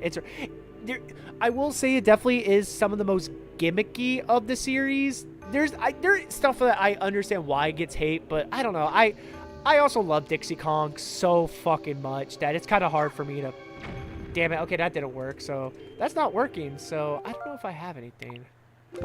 The boom. Why did I not think about the fucking boomerang? I'm an idiot here. All right, give me a second. Oh, that's what you did. Oh no, it's of course. I know how it is, like streaming and stuff here. Okay. Wait, what the fuck?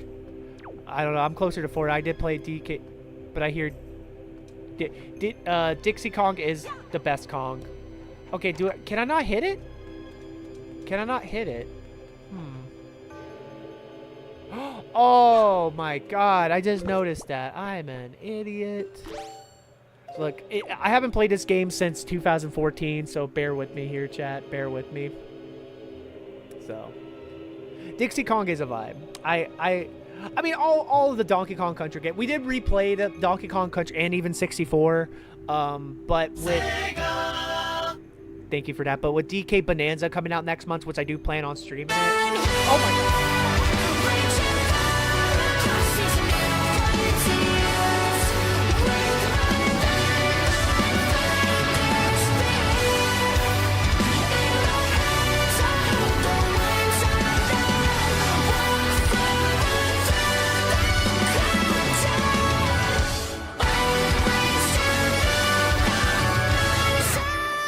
Holy mother of God, we haven't had this much raids in a while. We haven't had raids in a while here, so I do appreciate all the raids here. Daniel, how you doing, friend? Welcome in. Hello, everybody. If you guys don't know who I am, my name is Troy, aka T-Roy Jenkins. I am primarily a platformer variety streamer. We are streaming some Legend of Zelda Wind Waker, which is my favorite classic Zelda on GameCube NSO. This game still holds up. I love this game so much. Also, I forgot to ask you, Bree, how far are you in Wind Waker? How far are you here? I hope I'm not, like, spoiling the game here. I'm good. I was just playing Mario Kart World. Oh, yeah, Wind Waker. I just love Wind Waker. Wind Waker, it used to have my favorite Zelda until Breath of the Wild and Tears of the Kingdom, but I still think Wind Waker Link is my favorite Link. Oh, no, dude. I understand if you got to raid and run. Sparks, thank you so much for the lurk here, my friend. I do appreciate the lurk here. I understand if you got to raid and run here, dude. I understand if you got to take care of yourself here. If anyone has to raid and run, I completely understand. All I just ask, if you guys can just leave a tab on the stream just so we can... viewers does help with discoverability and stuff like that. You played a Wii U one first, HD remake or remaster. That was the last one I played back in 2014. It is a really good remaster. I believe you're quite ahead, but I play it periodically with other things, so oh, okay. Yeah, we're kind of at the obviously not to spoil the game too much, but we're like basically at the end of Act 1. That's all I'm just gonna say. Oh shit. But yeah, but I'm like the same too, like when it's like, especially if I'm not gonna touch it in a while, like if I hear about it, be like I forget about it like finally when I get there, and then when I'm actually like playing it, it's like, oh wait, I'm here. Alright, let's see here. What other games do you play here? What other games do you play here? What other games have you been playing?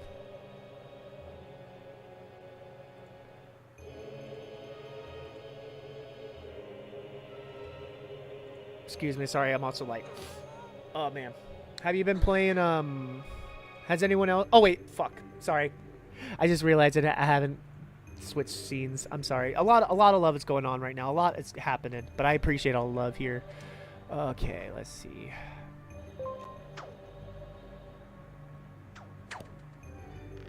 But yeah, no, I don't think any of the Donkey Kong Country games are bad. I really like Free. I think Free's a little overhated, but at the same time, I'm like, you know, as long as like people does agree that 2 is the best, like that's the one I'm like, if anyone tells me that 2 or Tropical Freeze are not like the 2 best in the series, it's just like, okay, like, do you really think that, or you're just trying to say it to like have like a unique opinion? Because I will like actually hear it out if you actually can tell me why. But it's just like sometimes like I had like conversation with people where you can kind of tell like they're having these takes just because they want to kind of be unique type stuff. With like, because I'm just like, they're classics, man. 2 and Tropical Freeze are just like fucking a phenomenal games. I'm sorry, I love 2 and Tropical Freeze so much. Maybe I'm just crazy. Maybe I'm an asshole, chat. I apologize. I'm never that type. I just no, I appreciate that. I rather people speak their mind type shit on that one. I played so much Nintendo. DK games are something that we're never on my radar, but I always recommend it to me. I feel like I want to try it sometime. Oh yeah, definitely try it. I mean, yeah, either Donkey Kong Country or Donkey Kong Country Returns I feel like would be a good starting point. Just don't start with 64. Don't start with 64. I like 64, but it's also like not a beginner friendly game. Unless you like the DK rap. Yeah, we do have our question of the day here, chat. And also, I do hate to do this, but I do see ads are about to start here. We do... Oh God, don't get me started on the soundtracks. Oh God, don't get me started on the soundtracks. Like Donkey Kong Country, Donkey Kong Country 2's OST is literally, it's kind of like with Super Mario Galaxy. It's one of the greatest pieces of music I've ever heard in my fucking life. Oh, Gales of Darkness? So you're a Pokemon fan here. All right, but before I will continue this. When did you write? Wait, what? Listen, I watched the DK Direct and vibing to the music. Oh, I'm just gonna see you here. But Super Monkey Ball 2. Hell yeah. I do see ads are about to run here. We do run ads at the hour mark so we can eliminate pre-rolls and make sure no one's missing out on stream. So if you guys can bear with me for about 3 to 5 minutes, I'm just going to do a quick be right back screen while the ads are running to make sure no one's missing out on Wind Waker action. And we'll be right back with more Legend of Zelda The Wind Waker here. I will see y'all in a moment. See you guys in a bit. Oh, okay.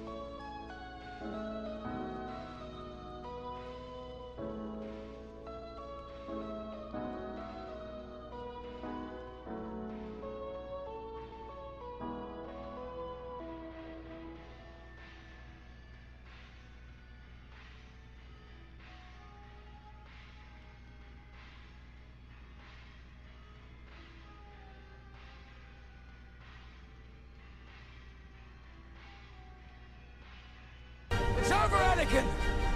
I have the high ground! You underestimate my power!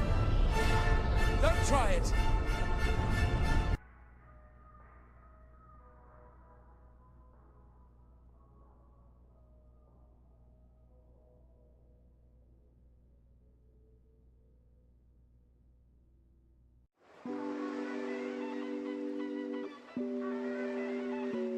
All right, everybody. We should be back from the ads and the ass here. Welcome back, everybody. Welcome back. Again, we do run ads at the hour mark just so we can eliminate pre-rolls and make sure no one's missing out on any stream action here. I'm back, baby. I'm back, baby. Thank you for that, Smallville. But welcome in, everybody. Welcome in. If you guys are just joining us, again, my name is Troy, aka T-Roy Jenkins, primarily a platform variety streamer. Since we're talking Super Monkey Ball, before we jump into this here, for my Super Monkey Ball fans in the chat, I did get the newest Monkey Ball on Switch, which I do recommend. This is a really good Monkey Ball game. Definitely the first great original Monkey Ball game we had since maybe Super Monkey Ball 2, and it comes with a cool art book. And then since we're big fans of the GameCube originals, especially Super Monkey Ball 2, I did get the remake on Switch. Super Monkey Ball Banana Mania, which I did really love. Obviously, I still think like the OGs still hold up, but it also came with like a cool art book of the history because it was celebrating the series' 20th anniversary. I really like Sega. I really like Sega here. Also, since we're talking GameCube, I have a box copy of fucking Smash Brothers Melee. I have a feeling this could actually like maybe help put a down payment for a house of how like retro gaming is. So, you know, I digress. But welcome back in, everybody. But how are we all doing? Welcome in. Welcome in. Again, I understand if anyone's just lurking. I appreciate our lurkers. Our lurkers are the backbone of the stream, so I do appreciate all of y'all here. We are playing Legend of Zelda Wind Waker. We're at Temple of the Gods, so we're kind of at the I don't want to say necessarily the halfway point of the game, but we are at towards the end of Act 1 here. So if anyone's just lurking for eliminate spoilers, I completely understand that. And again, I can't thank y'all enough. First off, let's give love to our friend Stevo, our new friend Bree, and our friend Danio. All of them for giving us raids. Definitely give them some love if you haven't already. They deserve all the love and support. I appreciate all of y'all. Thank you guys so much. Again, I appreciate all the love and support. You could raid anybody on Twitch, and I appreciate you raiding this weird kid. This guy who just loves playing Nintendo games. And who literally is working out just to be the human Sonic the Hedgehog.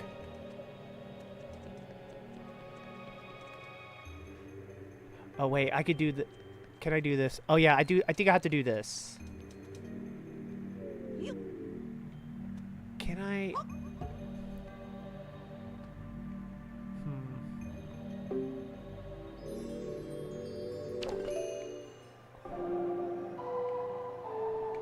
Oh fuck.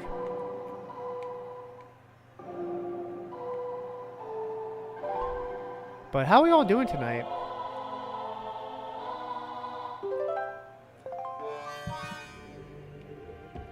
There we go. Now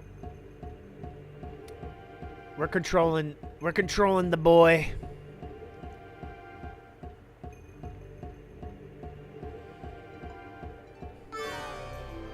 And yeah, we're playing the GameCube Wind Waker, not the HD remaster, because they still haven't brought it to fucking Switch. This is literally the only way we can play Wind Waker on Switch, which is, I'm not gonna lie, kind of hilarious to me that they just do not want to bring the HD remasters. Like, how is that? If you would have told me back in like 2017 to like 2019 that the Legend of Zelda Wind Waker and Twilight Princess HD remasters would be like the Wii U holdout to Switch, I would have laughed in your face. But we literally have gotten every other Wii U game outside of the fucking Zelda remakes. How is that? Like, I still don't understand that. Like, I'm just like, you're leaving money on the table, right? Like, that is such like an easy... I'm just sorry. I'm just kind of baffled on that one. But I'm happy that, you know, we at least can play Wind Waker on Switch here, you know. I especially want to play Twilight Princess. Like, I haven't played Twilight Princess since I beat it on the Wii in 2007. And it's one of those Zeldas that, like, I haven't had the desire to revisit it, but since like I've been on this Zelda kick, because I also been playing Tears of the Kingdom off stream again, I've been kind of like wanting to do like maybe after Donkey Kong Bonanza, maybe do like some other classic Zelda games.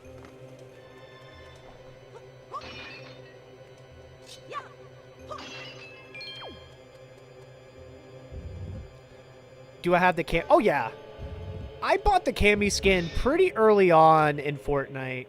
I mean, Cammy's my main, and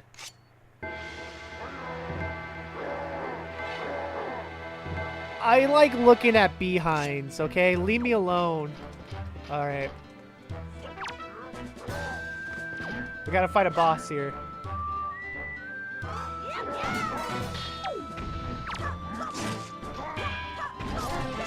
Yeah, get fucked, motherfucker. But yeah, I do have the Cammy skin. I heard that Street Fighter skins are back in. I haven't played Fortnite enough to, like, justify skins purchases. Man, we're fucking this guy up.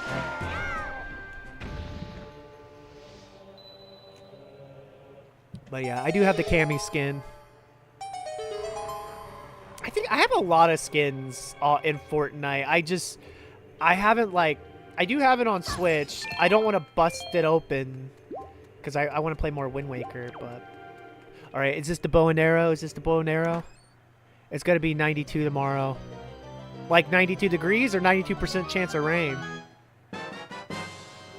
We got the hero's bow. Let's go. Let's get some hypes in the chat, baby. Let's get some hypes in the chat. The hero's bow. One of the best items ever. I love the hero's bow so much.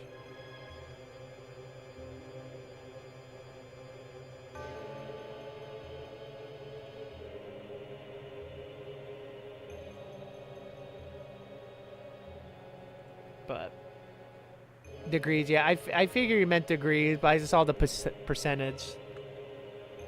Alright. So I think we're starting to get to the end of this dungeon. I think we are. Because I know, like, normally when you get the item, you're kind of at the halfway point. Classic Zelda has a formula. Like, it has a formula here. Alright. Oh, fuck. Fuck! Can I not aim for shit? There you go. It took me 4 fucking tries.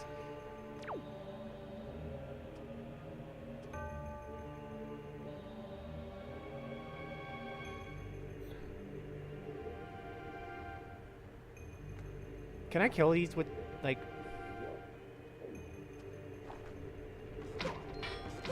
Okay, yes I can. Hell yeah, hell yeah. But yeah, I love,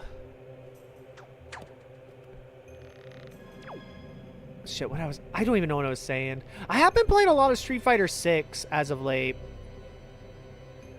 I have been playing a lot of Street Fighter 6 thanks to the Switch, too. I'm, like, still very impressed how well the Switch 2 version of Street Fighter 6 is. Like, in portable, it's, like, really fun to play. Like, I'm just like, damn, like, this shit fucking... Oh, no. God damn it. Can I get some Fs in the chat?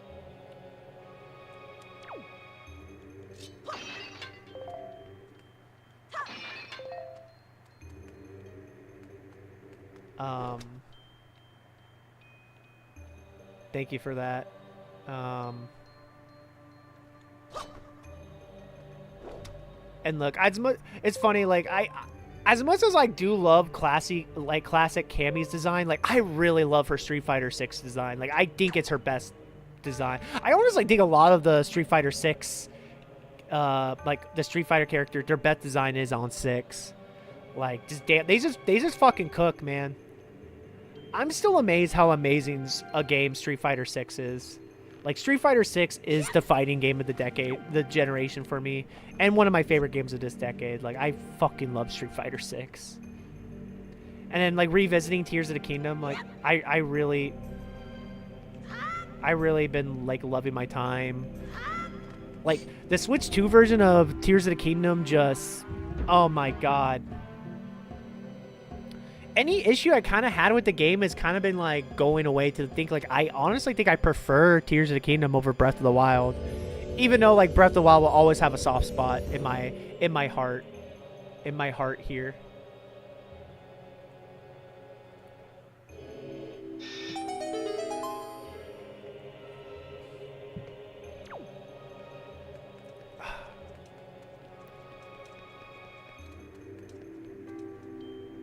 Yeah, and I don't know how the schedule is going to be like this week. I'm definitely going to stream tomorrow, but I don't know how often I'm going to be able to stream this week just because it's just going to depend on...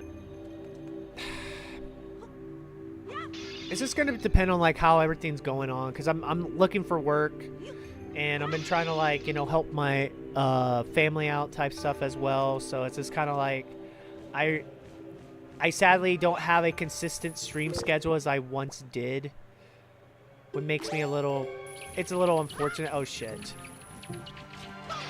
But tomorrow I definitely will be streaming, probably at the usual like 7, 8 p.m. time.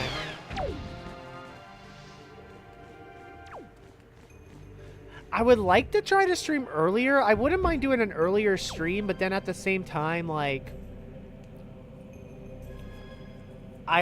like, that's kind of like prime time of like looking for work, and unfortunately that just takes priority, unfortunately, because I need to find a steady gig that pays. Oh shit. Okay. Or do I do this? Will this work? Yes. Okay. What? Wait, what? Okay, there we go. I was like...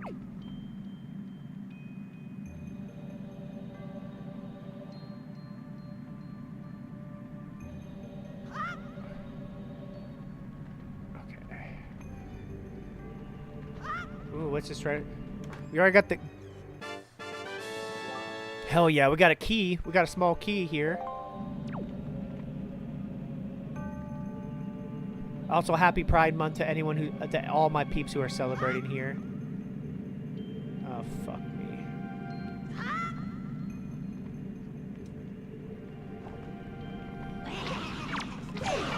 Okay, motherfucker.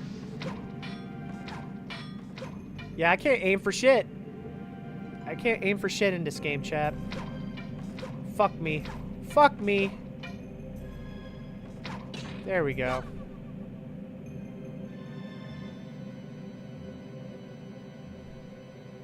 Damn it.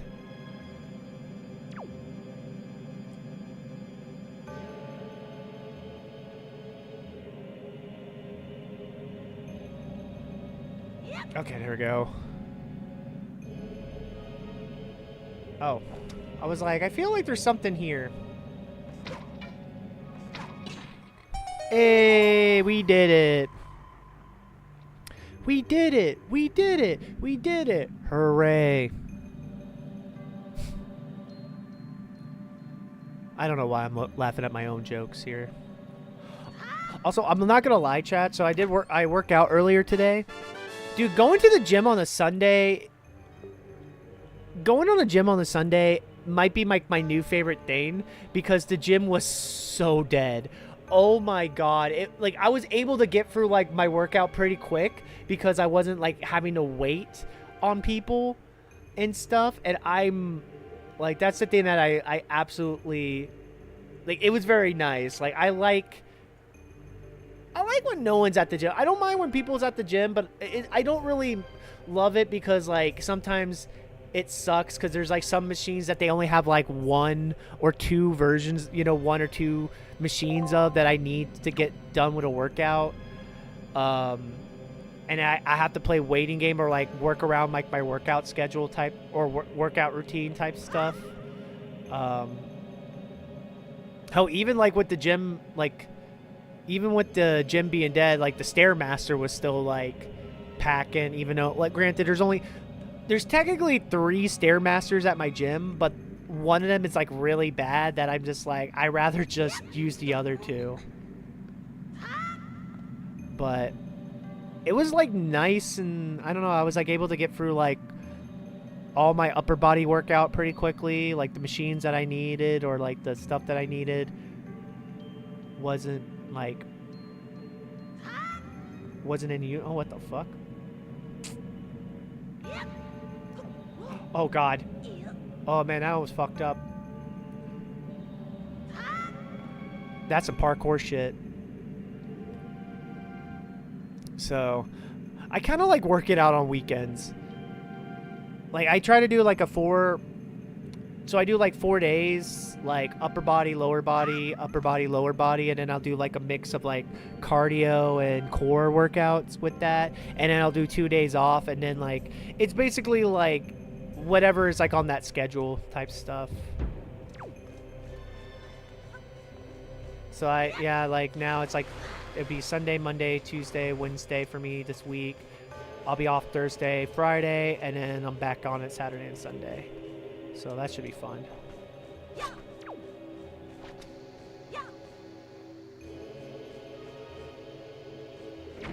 Damn it. I thought that would actually work.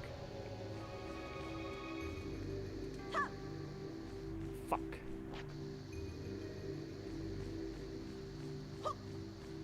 Fuck.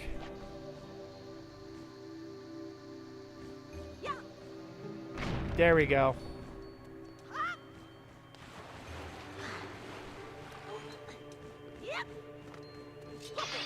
The music, though. Wind Waker's music is just so good. So good, chat. Ooh, what the hell? Huh.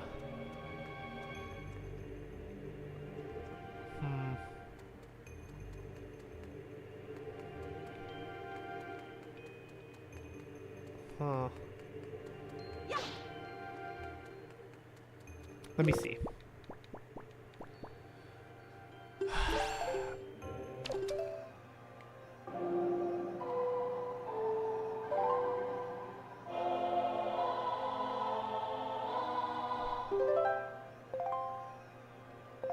Okay, so I can't control these guys. Can I do this?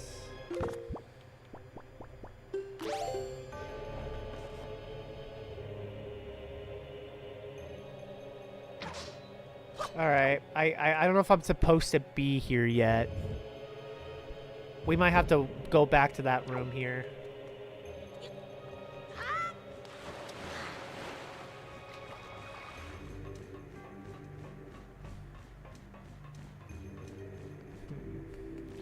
I do think we have to go to that room with the key. Because we do have a small key. Okay, well, let's throw this fucker. Actually, no, let's just drop it down. Drop it like it's hot. Drop it like it's hot. Ah, shit, shit, shit. Hate bats. But, you know, we're vibing. But how are we all doing, everybody? How is everyone's Saturday going? Or Sunday, Sunday, Sunday, Sunday, Sunday. Sunday, Sunday, Sunday. Oh, fuck me. Anyone excited to start the new work week? Completely understand if you don't.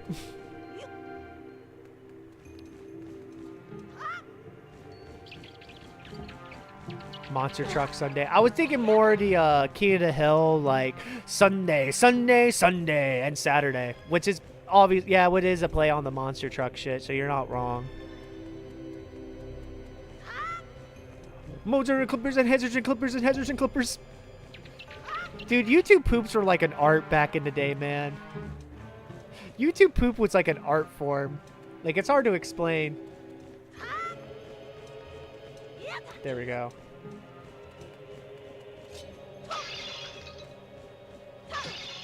Like, it's just, maybe it is like the millennial in me, like just the brain rot of that shit. Okay. Ooh.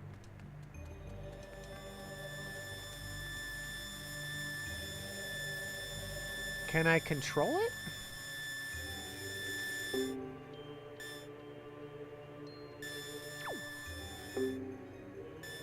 Oh, fuck. Okay. Let's see if I can control this motherfucker. Oh, no.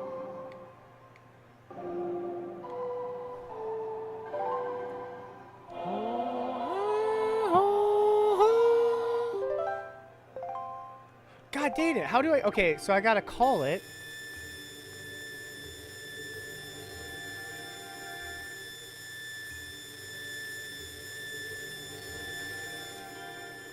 Can I push this?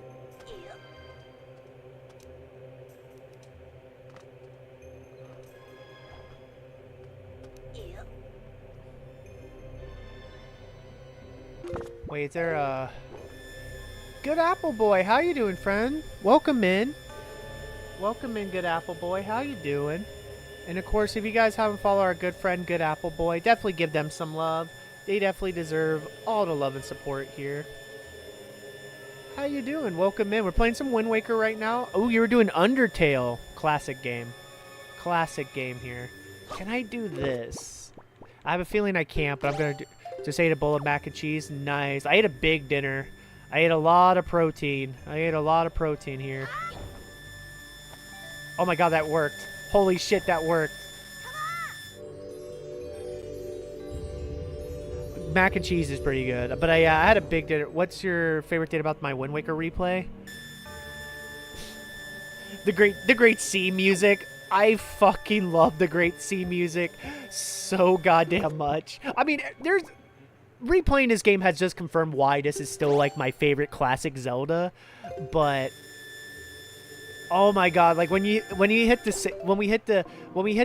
seas and you hear the great sea music, like I'm just like, I can never get tired of this. Like it's one of those greatest pieces of music in my opinion. Yeah, cheers to yeah, I'm trying to bulk up a little bit, not like too much, just because I've been like a lot more active and stuff with like working out, so that's why I'm like trying to bulk up. You know, I gotta get these guns here, you know, I gotta get these guns. You see them? You see this somewhat toned guns? You see like somewhat of an upper body strength here? You see this body? You see this? You see this? I'm fucking swole, baby. I'm fucking swole. Yeah, I go to church every goddamn Sunday. You're gonna release the demons out of me. I'm sorry, chat. I'm sorry. I have abs here. I have fucking abs. I'm sorry, chat. I'm normally not like this. I just thought it'd be kind of funny. I thought it'd be kind of funny.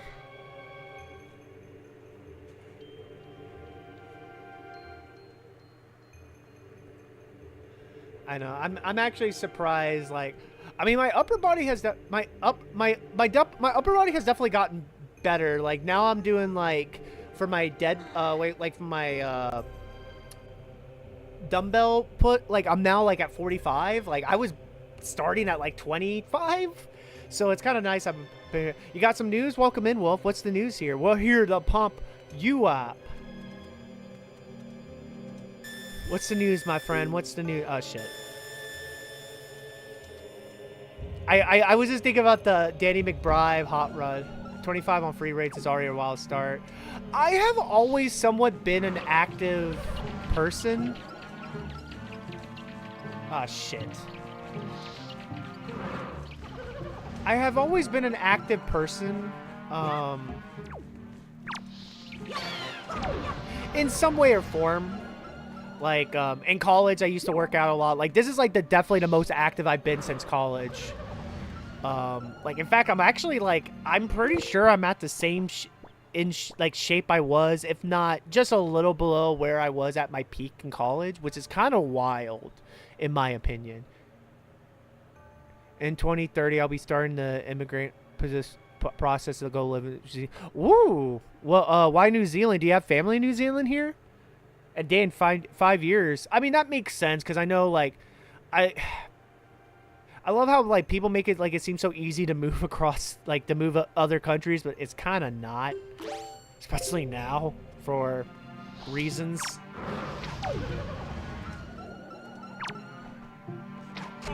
Yeah, get fucked, asshole. Not you. I'm just this fucking bitch. I want to finish school first before I do anything. Ah, that makes sense. I get that. Oh yeah, because you started school last semester, right? Okay, let's see.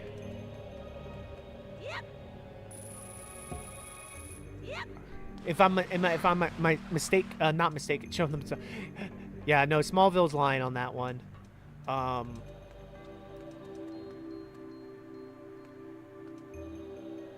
Yeah, because I recall, I think I recall you saying you're starting. I always have the debate if I want to go back to school or not. Like, I really always have the debate.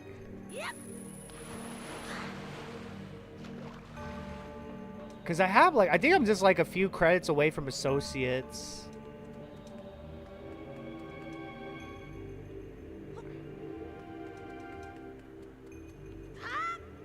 And I always would figure, like, it might help me with the job hunt and stuff, but then I know a lot of people who are in the same boat that I am that have, like, fucking bachelor's and master's degrees. So I'm like, oh, so this market just sucks balls.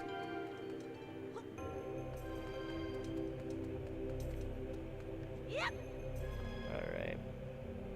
But I understand that decision here. I really would like to move out of Texas within the next 5 years, because that's been my plan.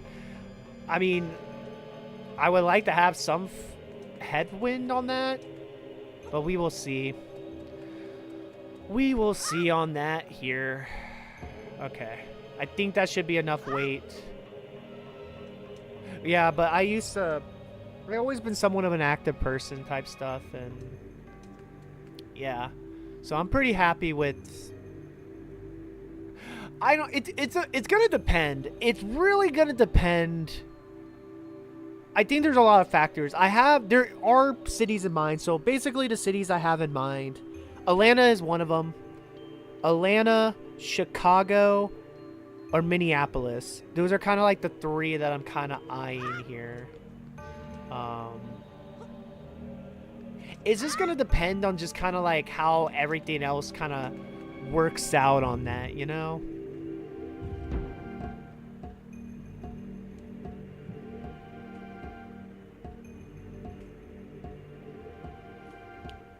I know, that's the only thing I'm like really hesitant on Chicago or Minneapolis, because I have visited Minneapolis. I stayed there for like a week and I loved it. Granted, yeah, the winters is something I'm really like, oh, that's gonna be an adjustment for sure.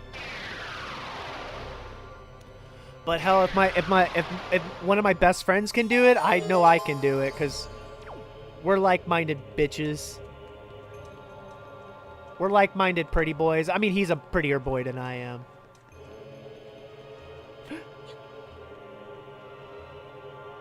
Oh shit, are we going to heaven?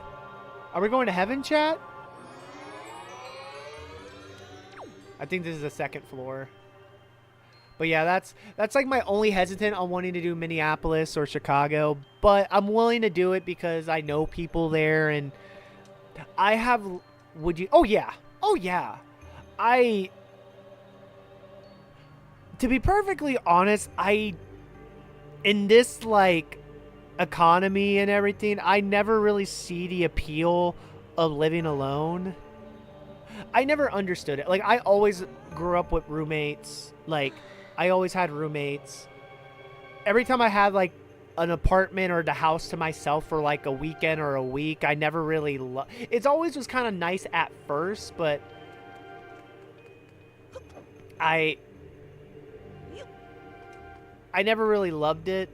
And yeah, I'd rather have a roommate because it just makes the bills easier. Because, dude, the only way I can see like living on your own if it's like you're making like pretty decent money, like really good money. Like, I don't know. I get it. I get like wanting to live alone, but it's never been for me. And I'd rather just save money when I can. Especially in this economy where it's just like cost of living just keeps on just going up and up and up, and you know, wages are just stagnated. I'm kind of like, I don't know. And then hearing people I know who are living alone here, like just how much they are just, how much basically their income just comes to like, just making, you know, like rent and bills and stuff. Like, still a lot of my money would go to rent, bills and stuff like that. But when you have a roommate, it's easier to split it down the middle.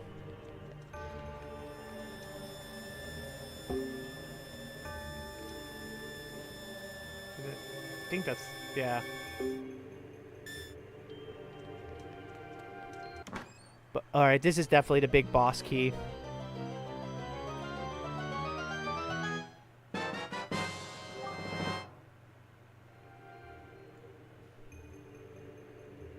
You got the big key, hell yeah. Oh. Oh shit.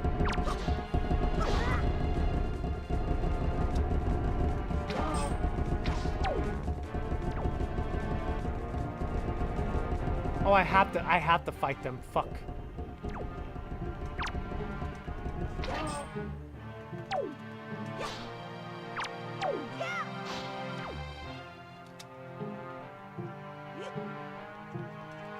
Can I just...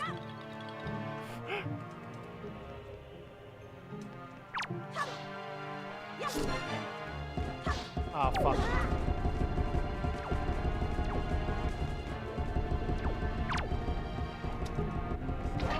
Okay.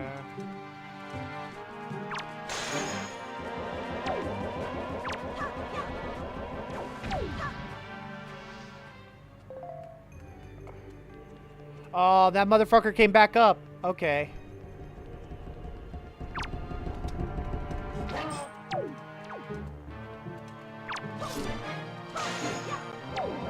Oh, shit.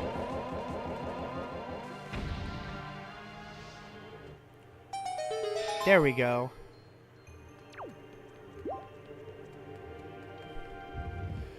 Oh, you gotta love the Temple of the God. Okay, yeah, we're definitely getting to the end of this. God, I hate these. Okay, just. Alright, this is what we're gonna do.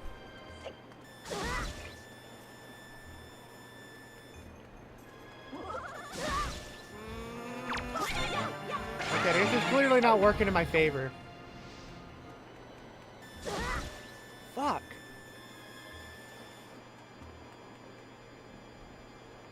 How do I do this?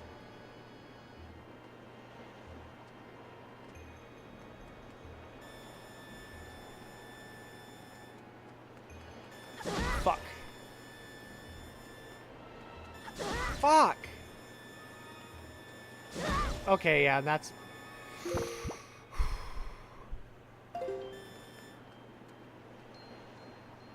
Can I hit him with the...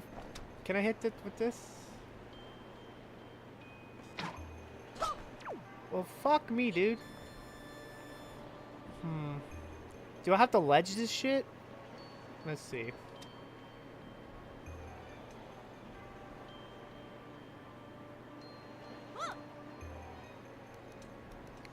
Do I have to do this? Is this how I'm gonna get a... Is this how I'm gonna get across?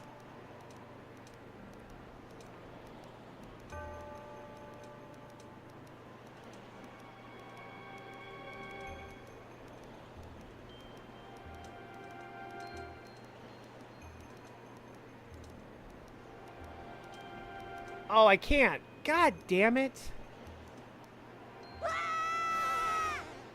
Can I get some F's in the chat?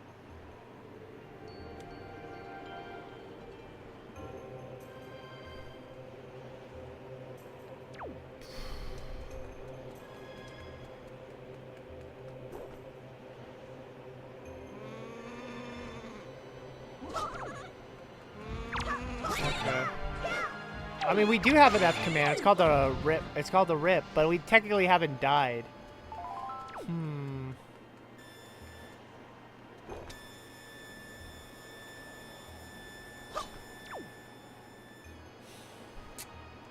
Let me see here.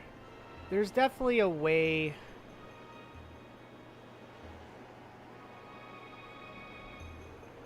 I'm trying to figure out what the fuck to do, dude.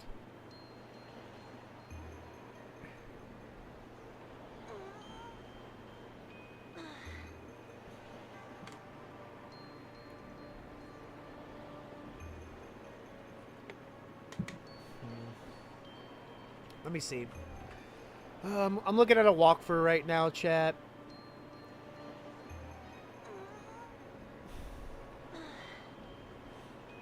Let's see.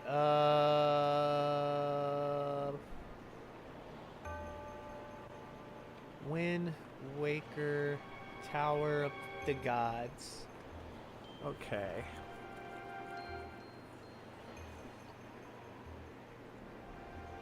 I love how like people could like speed run like or like go through this in like 30 minutes and shit. I'm just like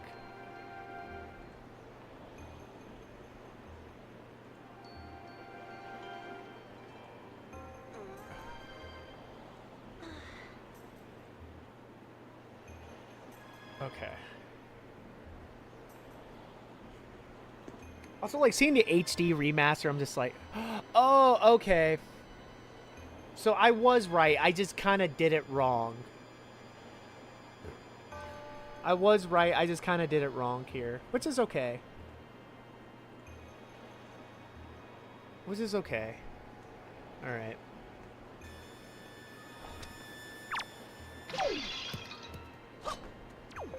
Because I'm like, I know there's a way to do this. Hell yeah. Oh shit.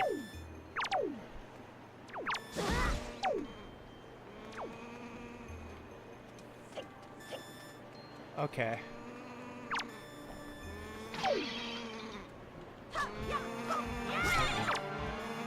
How's it going? It's going pretty well. I think we're about to get to the end of this dungeon. Because we got the big boss key. Normally when you get the big boss key, the boss is not that far away. Oh shit. Just run, just run. Yeah, we're about to fate the boss here.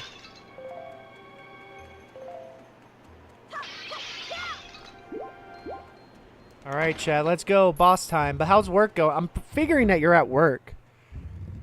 Okay. All right, here we go.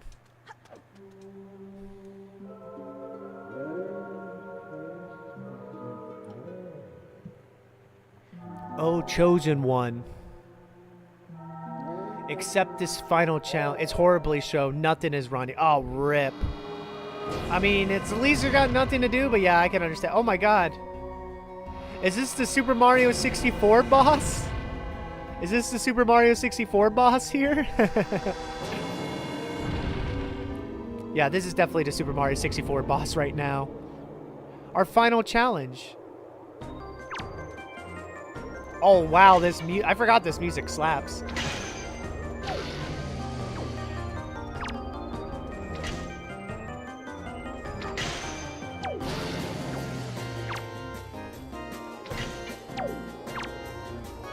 Oh fuck. Oh god, fucking bombs. Sorry for the yell.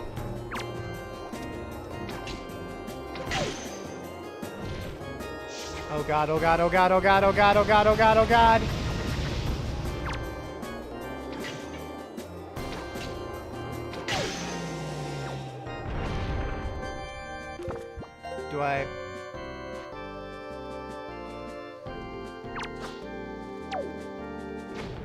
Do I press a bomb?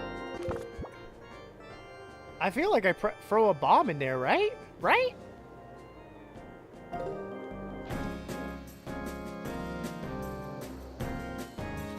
Oh, fuck me. I kind of messed up there. Oh, shit. Shit, shit, shit, shit, shit.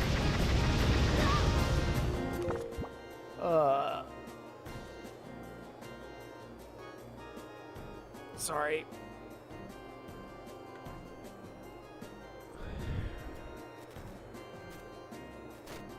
Sorry, I'm just fixing the audio real quick. Alright.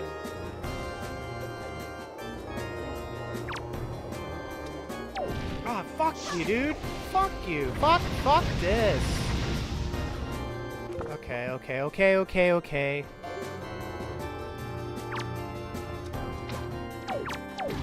God damn it. Yeah. There we go. Okay. Okay, okay, okay. We're making this work. We're making this work. Fuck.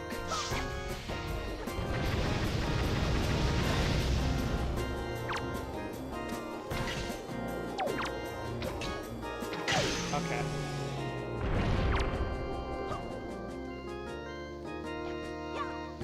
Okay, there we go.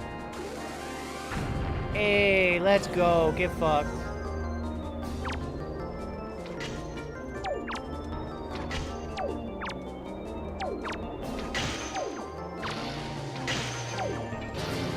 Alright, mother. Oh, shit.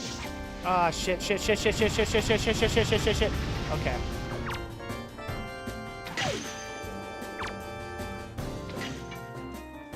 Ah, fuck. Almost got the final blow right there.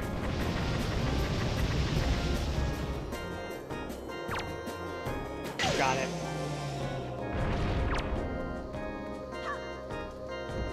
Yeah, baby. Let's go.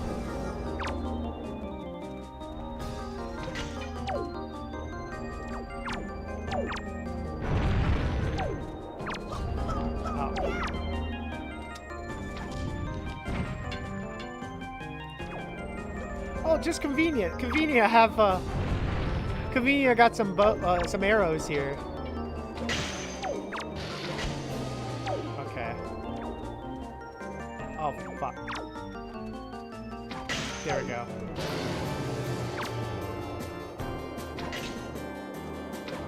Okay.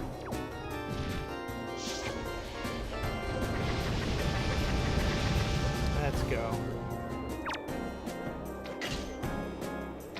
God fucking damn it.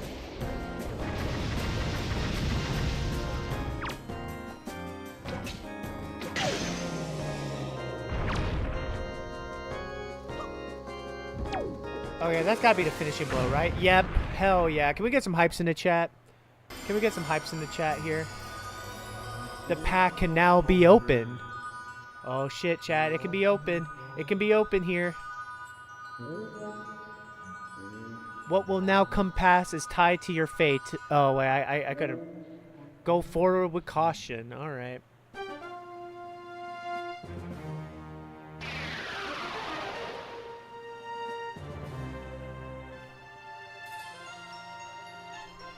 I love Link's dumb little dance. It makes me happy.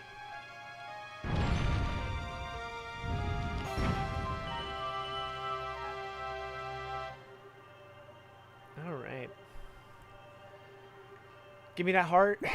Give me that fucking heart. Alright, chat. We're about to get to the end of Act 1 here.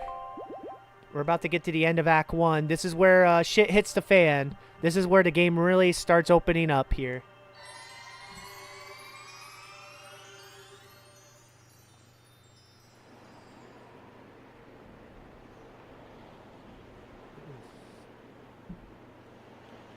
For my peeps who have seen this game. Or have played this game. Alright. We're gonna ring this bell, chat. We're gonna ring this fucking bell.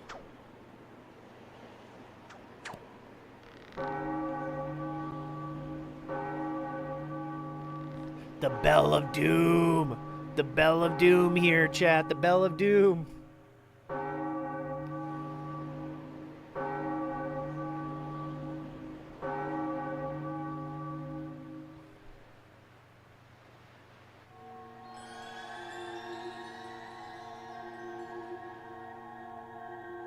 Oh, and we just found our boat all willy-nilly here. You have done well, T-Roy.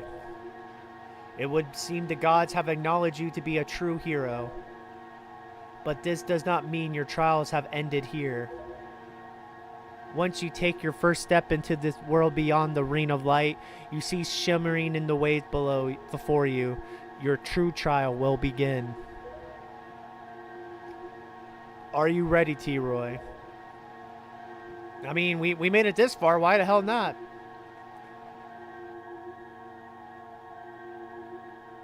Oh my god, we're going in the ocean.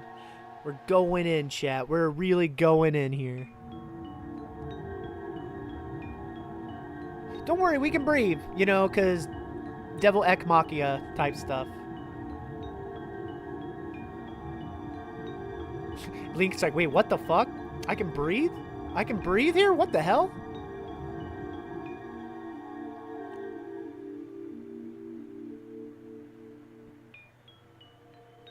This is trippy as hell, and I love it. I love the trippiness of this game. Oh. Is this... It's the Zora scales he has. I don't even think we have Meta Zora yet. I love the black and white of it. Like, this is such a cool color contrast.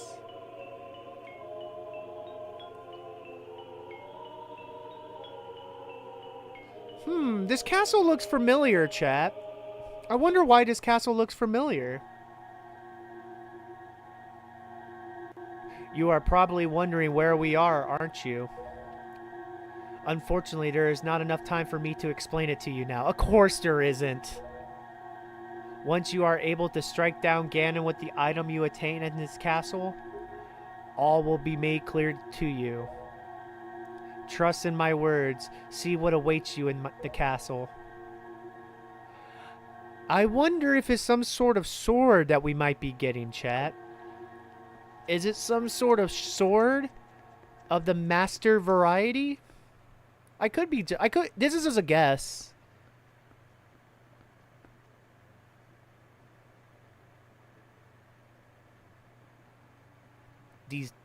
Time is frozen.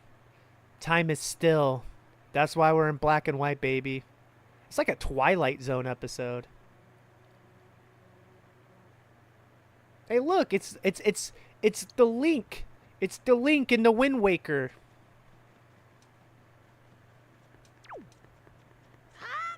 Huh? Hey. All right, T-Roy. I need you to listen to me for a moment. The item you seek is hidden somewhere in this castle. To find it, you must find the entrance to the basement. But that entrance has been blocked by a mighty threshold, firmly sealed to prevent evil from ever granting access. Do you know where to search and what you must do to open the hidden way? You will find a clue in the shape of a... near where we arrived at the castle. Okay. Oh!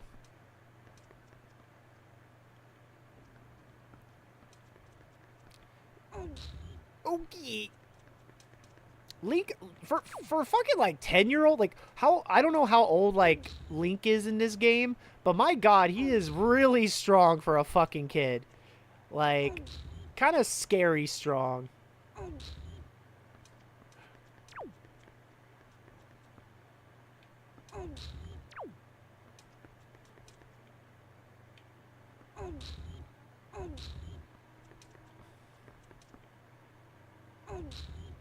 Okay. One down. Alright, chat.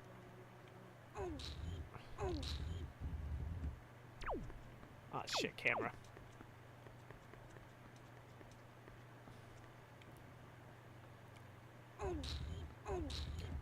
Sorry, I like the Ogie. There we go. It's like we're kind of making a Triforce, chat.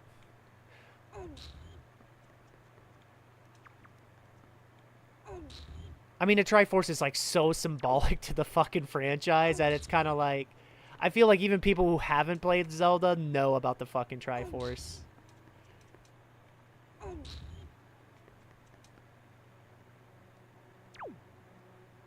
Fuck me, dude.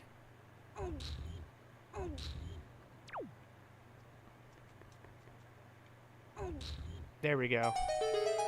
Oh, I think I solved the riddle, chat. I think I solved the riddle.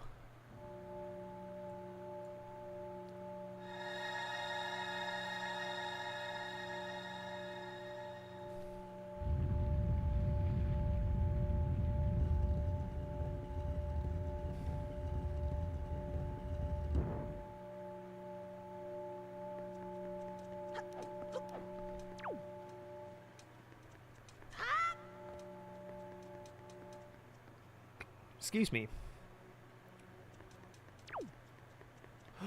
Oh shit, chat. It's gonna happen. It's happening. I see it. I see it. I know that fucking place from anywhere. Here we go, chat. Hey. Excellent, T-Roy. To possess such a puzzle and decipher it is no small feat. Now take the sword that lies before you. Lurking, my man. I appreciate you, Bates. How you doing, dude? I hope you're doing well. Thank you for the lurk. And I hope you guys, if you haven't followed our good friend Bates, definitely give him some love. It's none other than the Master Sword, the Blades of Evil Banes. It is the only sword that can banish Ganon from the world above. Here we go, chat. The end of Act 1 and the beginning of Act 2 here.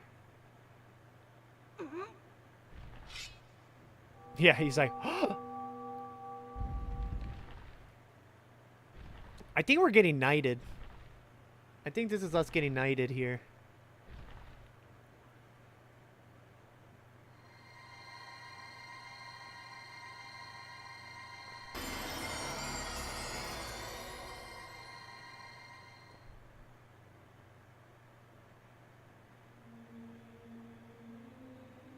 I remember...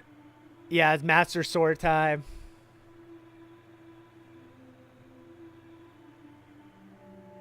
I just remember playing this for the first time, and my mind, like my fucking mind, I was like, this is so, I mean, this is still fucking cool. Like, I love how they handled this.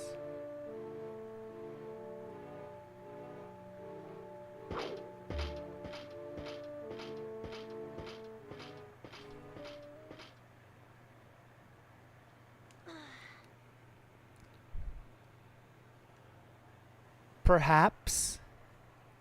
I think it's either the Temple of Time or Hyrule Castle. I'm honestly kind of forgot. Yeah. Oh no. Oh, I love this shot. Yeah, I love that. Oh no. Yes. Of course. Of course here, Bates. Oh. You got the Master Sword, the legendary blade with the power to repel evil. It's time to duel! Thank you for that, Smallville. The legendary blade with the power to repel evil, once wielded by the legendary hero himself. I love this so much. All right, here we go.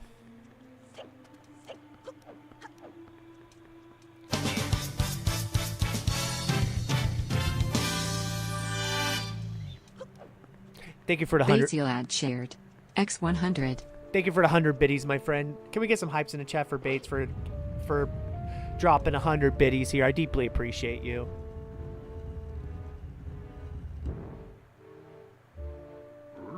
Oh. I'm just... Ah, fuck.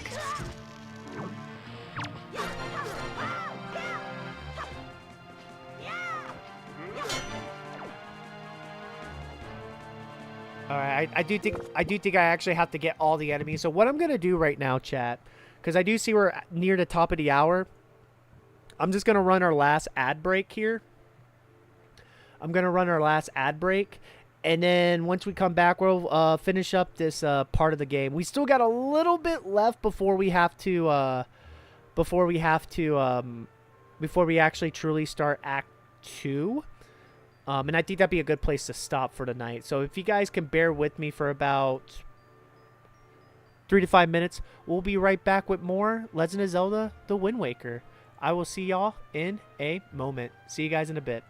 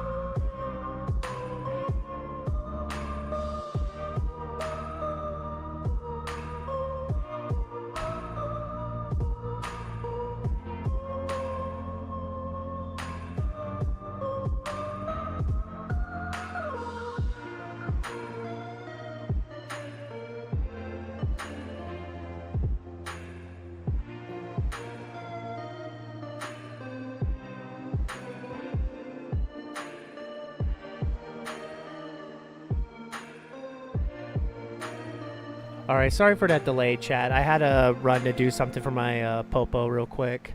But welcome back, everybody. Welcome back. We should be back from the ads and the ass here. Welcome back, y'all. I'm sorry about that longer than expected. Let me pause the music here.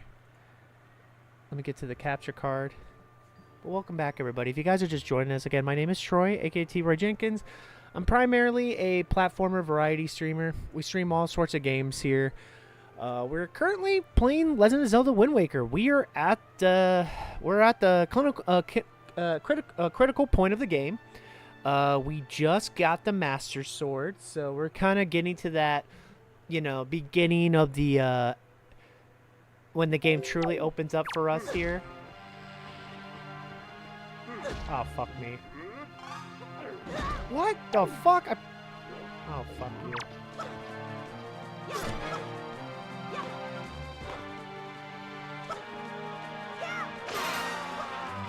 There we go. But welcome back in, y'all.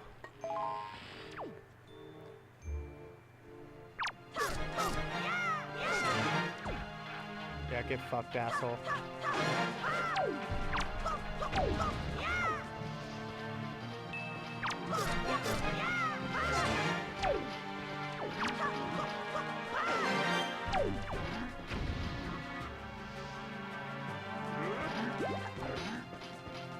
Okay.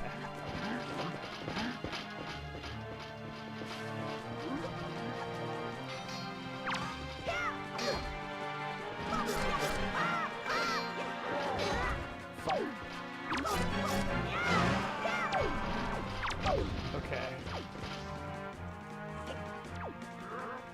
Fuck.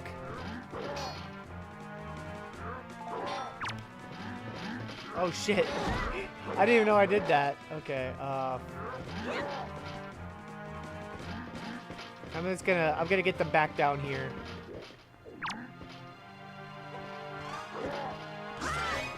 Yes!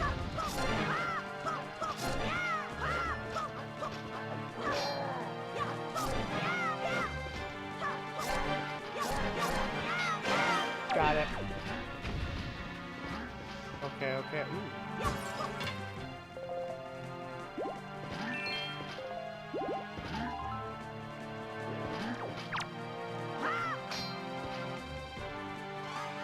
Yeah, there we go, baby.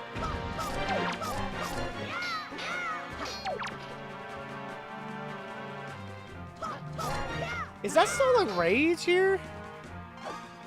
I remember when that was like, I don't know, I just don't know people who do that anymore. Okay.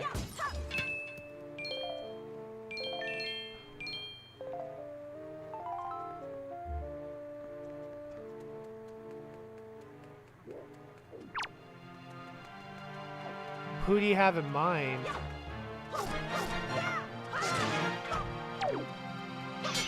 Yeah, I'm definitely open to it. I'm just, yeah, like, who do you have in mind? Oh, Sweet Scarla? Yeah, we can raid her. I was gonna raid someone who, like, who's playing Wind Waker, but I'm cool with that. Like, it's been a little bit since we raided her. I do try not to raid, like, the same people, like, back to back, just to kind of, like, you know, spread it out. And I think we raided her, like, maybe 2 weeks ago, so that gave us some time. Because, yeah, like, I saw everybody else who's online, like, Brett and Eris, that I'm like, I would normally raid, but we kind of gave them some love recently, so it's just kind of, I like to spread it when we can. And I think Sweet Scarla, I think it was like, yeah, it had to be like 2 weeks ago, so that fits the bill. I mean, you put you redeem your channel points, so.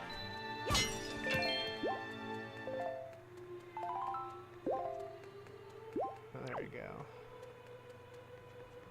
I'm cool with that. The only thing I would like probably like have like a back end if it's someone that we kind of like rated like really recently, but like, you know, 2 weeks, like that's plenty of time.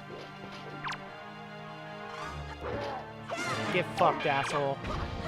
Sorry, I'm also like focused on getting these fucking assholes, bitch. All right, that's got to be all of them, right? That's got to be all of them, right? Oh, no, there's one of these fuckers over here. Shit.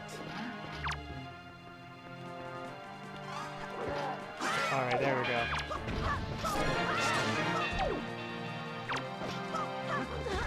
Oh shit, he's fucking, he's throwing hands. He's throwing hands, chat. You gotta admire it. You gotta admire it here.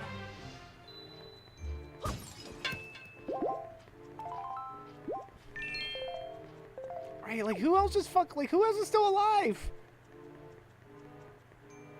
How many of you motherfuckers are still alive here?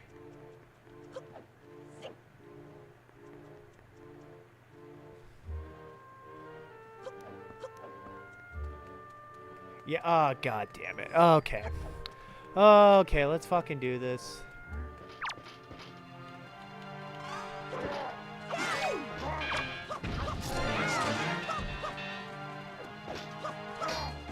Oh, shit.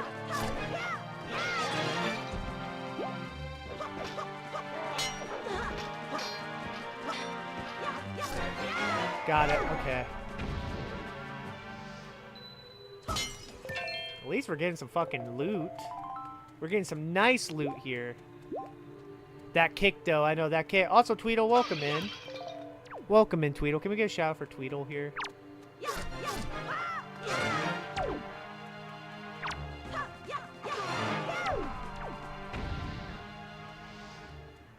Okay. Who else is still alive? You just got home from work. How was work? How was work? And of course, if you guys haven't followed Tweedle, definitely give them some love. Definitely deserve all the love and support here.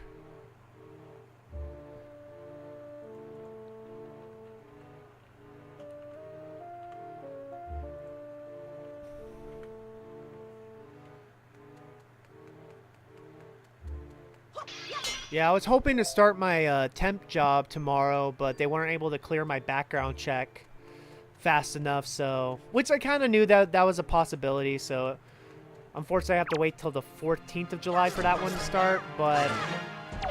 Honestly, it's something I'm not exactly crazy about, so I'm kind of hoping something else comes in. Because... I don't want to say what the position is, but it's something I just kind of don't see myself really doing. It's just kind of like, I kind of took it because I'm just, you know, can't be really picky, unfortunately. It was crazy, and I left my phone there by accident, so there's a minimum 3-hour journey. Oh, shit. I'm sorry. That sucks. Does at least someone know that you left it? That's gotta be everyone, right?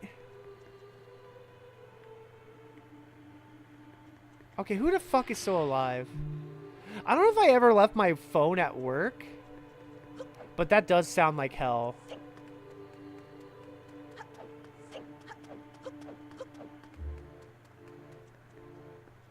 What is a mail? Oh, I don't know. It was left in a... Okay, so that's not too bad, yeah. Like, someone will know. It's just like...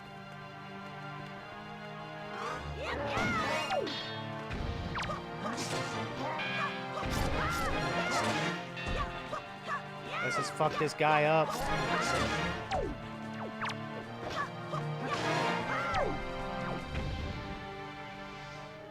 Okay, yeah, I'm about to say that's got to be the last guy. Let's go. Let's fucking go. God, yeah.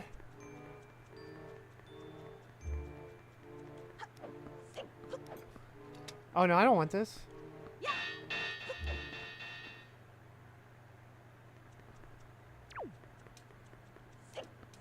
I love that we can come out here. I don't think there's really anything we can do. Yeah. But yeah, I'm pretty sure this is Hyrule Castle. I don't think this is the Temple of Time. Maybe it is the temple. I don't fucking know.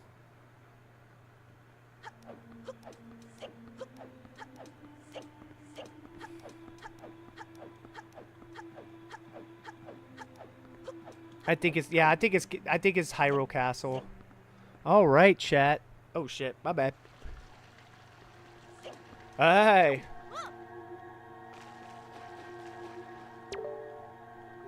At long last, our preparations are complete. You must return to me so that we can return by the same path we brought us here. The time has come to save your sister from her prison in Forsaken Fortress. Hurry, T-Roy. Hurry. Hi.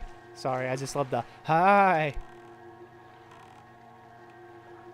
All right, here we go, chat. We're going back.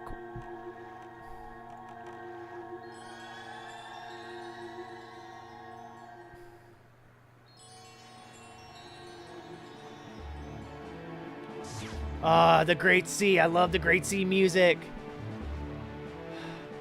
All right, chat. I would love...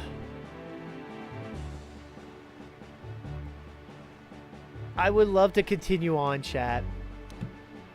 But it is 11:30 p.m. here. And I think this is a good place... to end for tonight. This is a good place to end. We saved... Also going to create a save point. But yeah, this is where we're going to call it, chat. I do thank you guys again for hanging out with us here. I deeply appreciate it. Sorry, I'm going to fix something here real quick. I forgot to update the follower. So let me update the follower. This is for anyone that's the follower here. I think the follower ones are this, and this.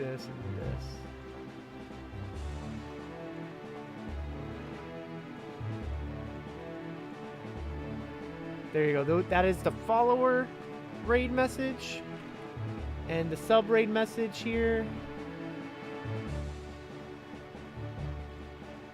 I need to fix it. I keep on forgetting to fix it. I don't know. It's just one of those things I just keep on forgetting to fix here.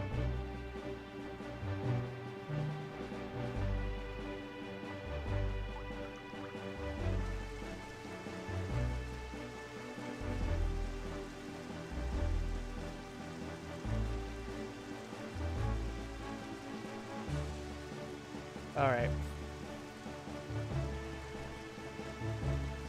There we go.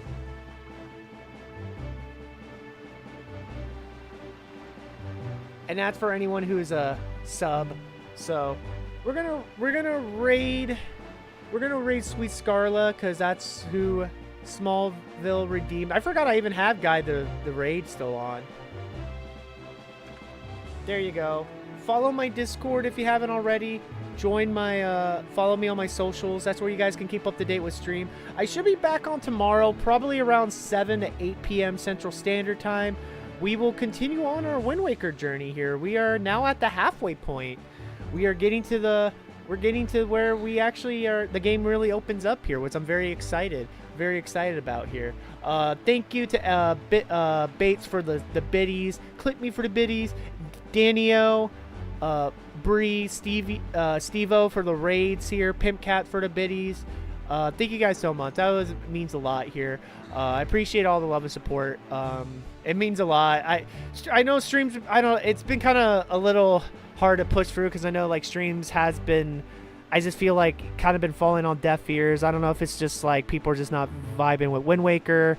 I don't know if it's just me or it's just I've been trying to put out there, but I feel like it's just kind of like deaf ears. But I appreciate all the love and support here.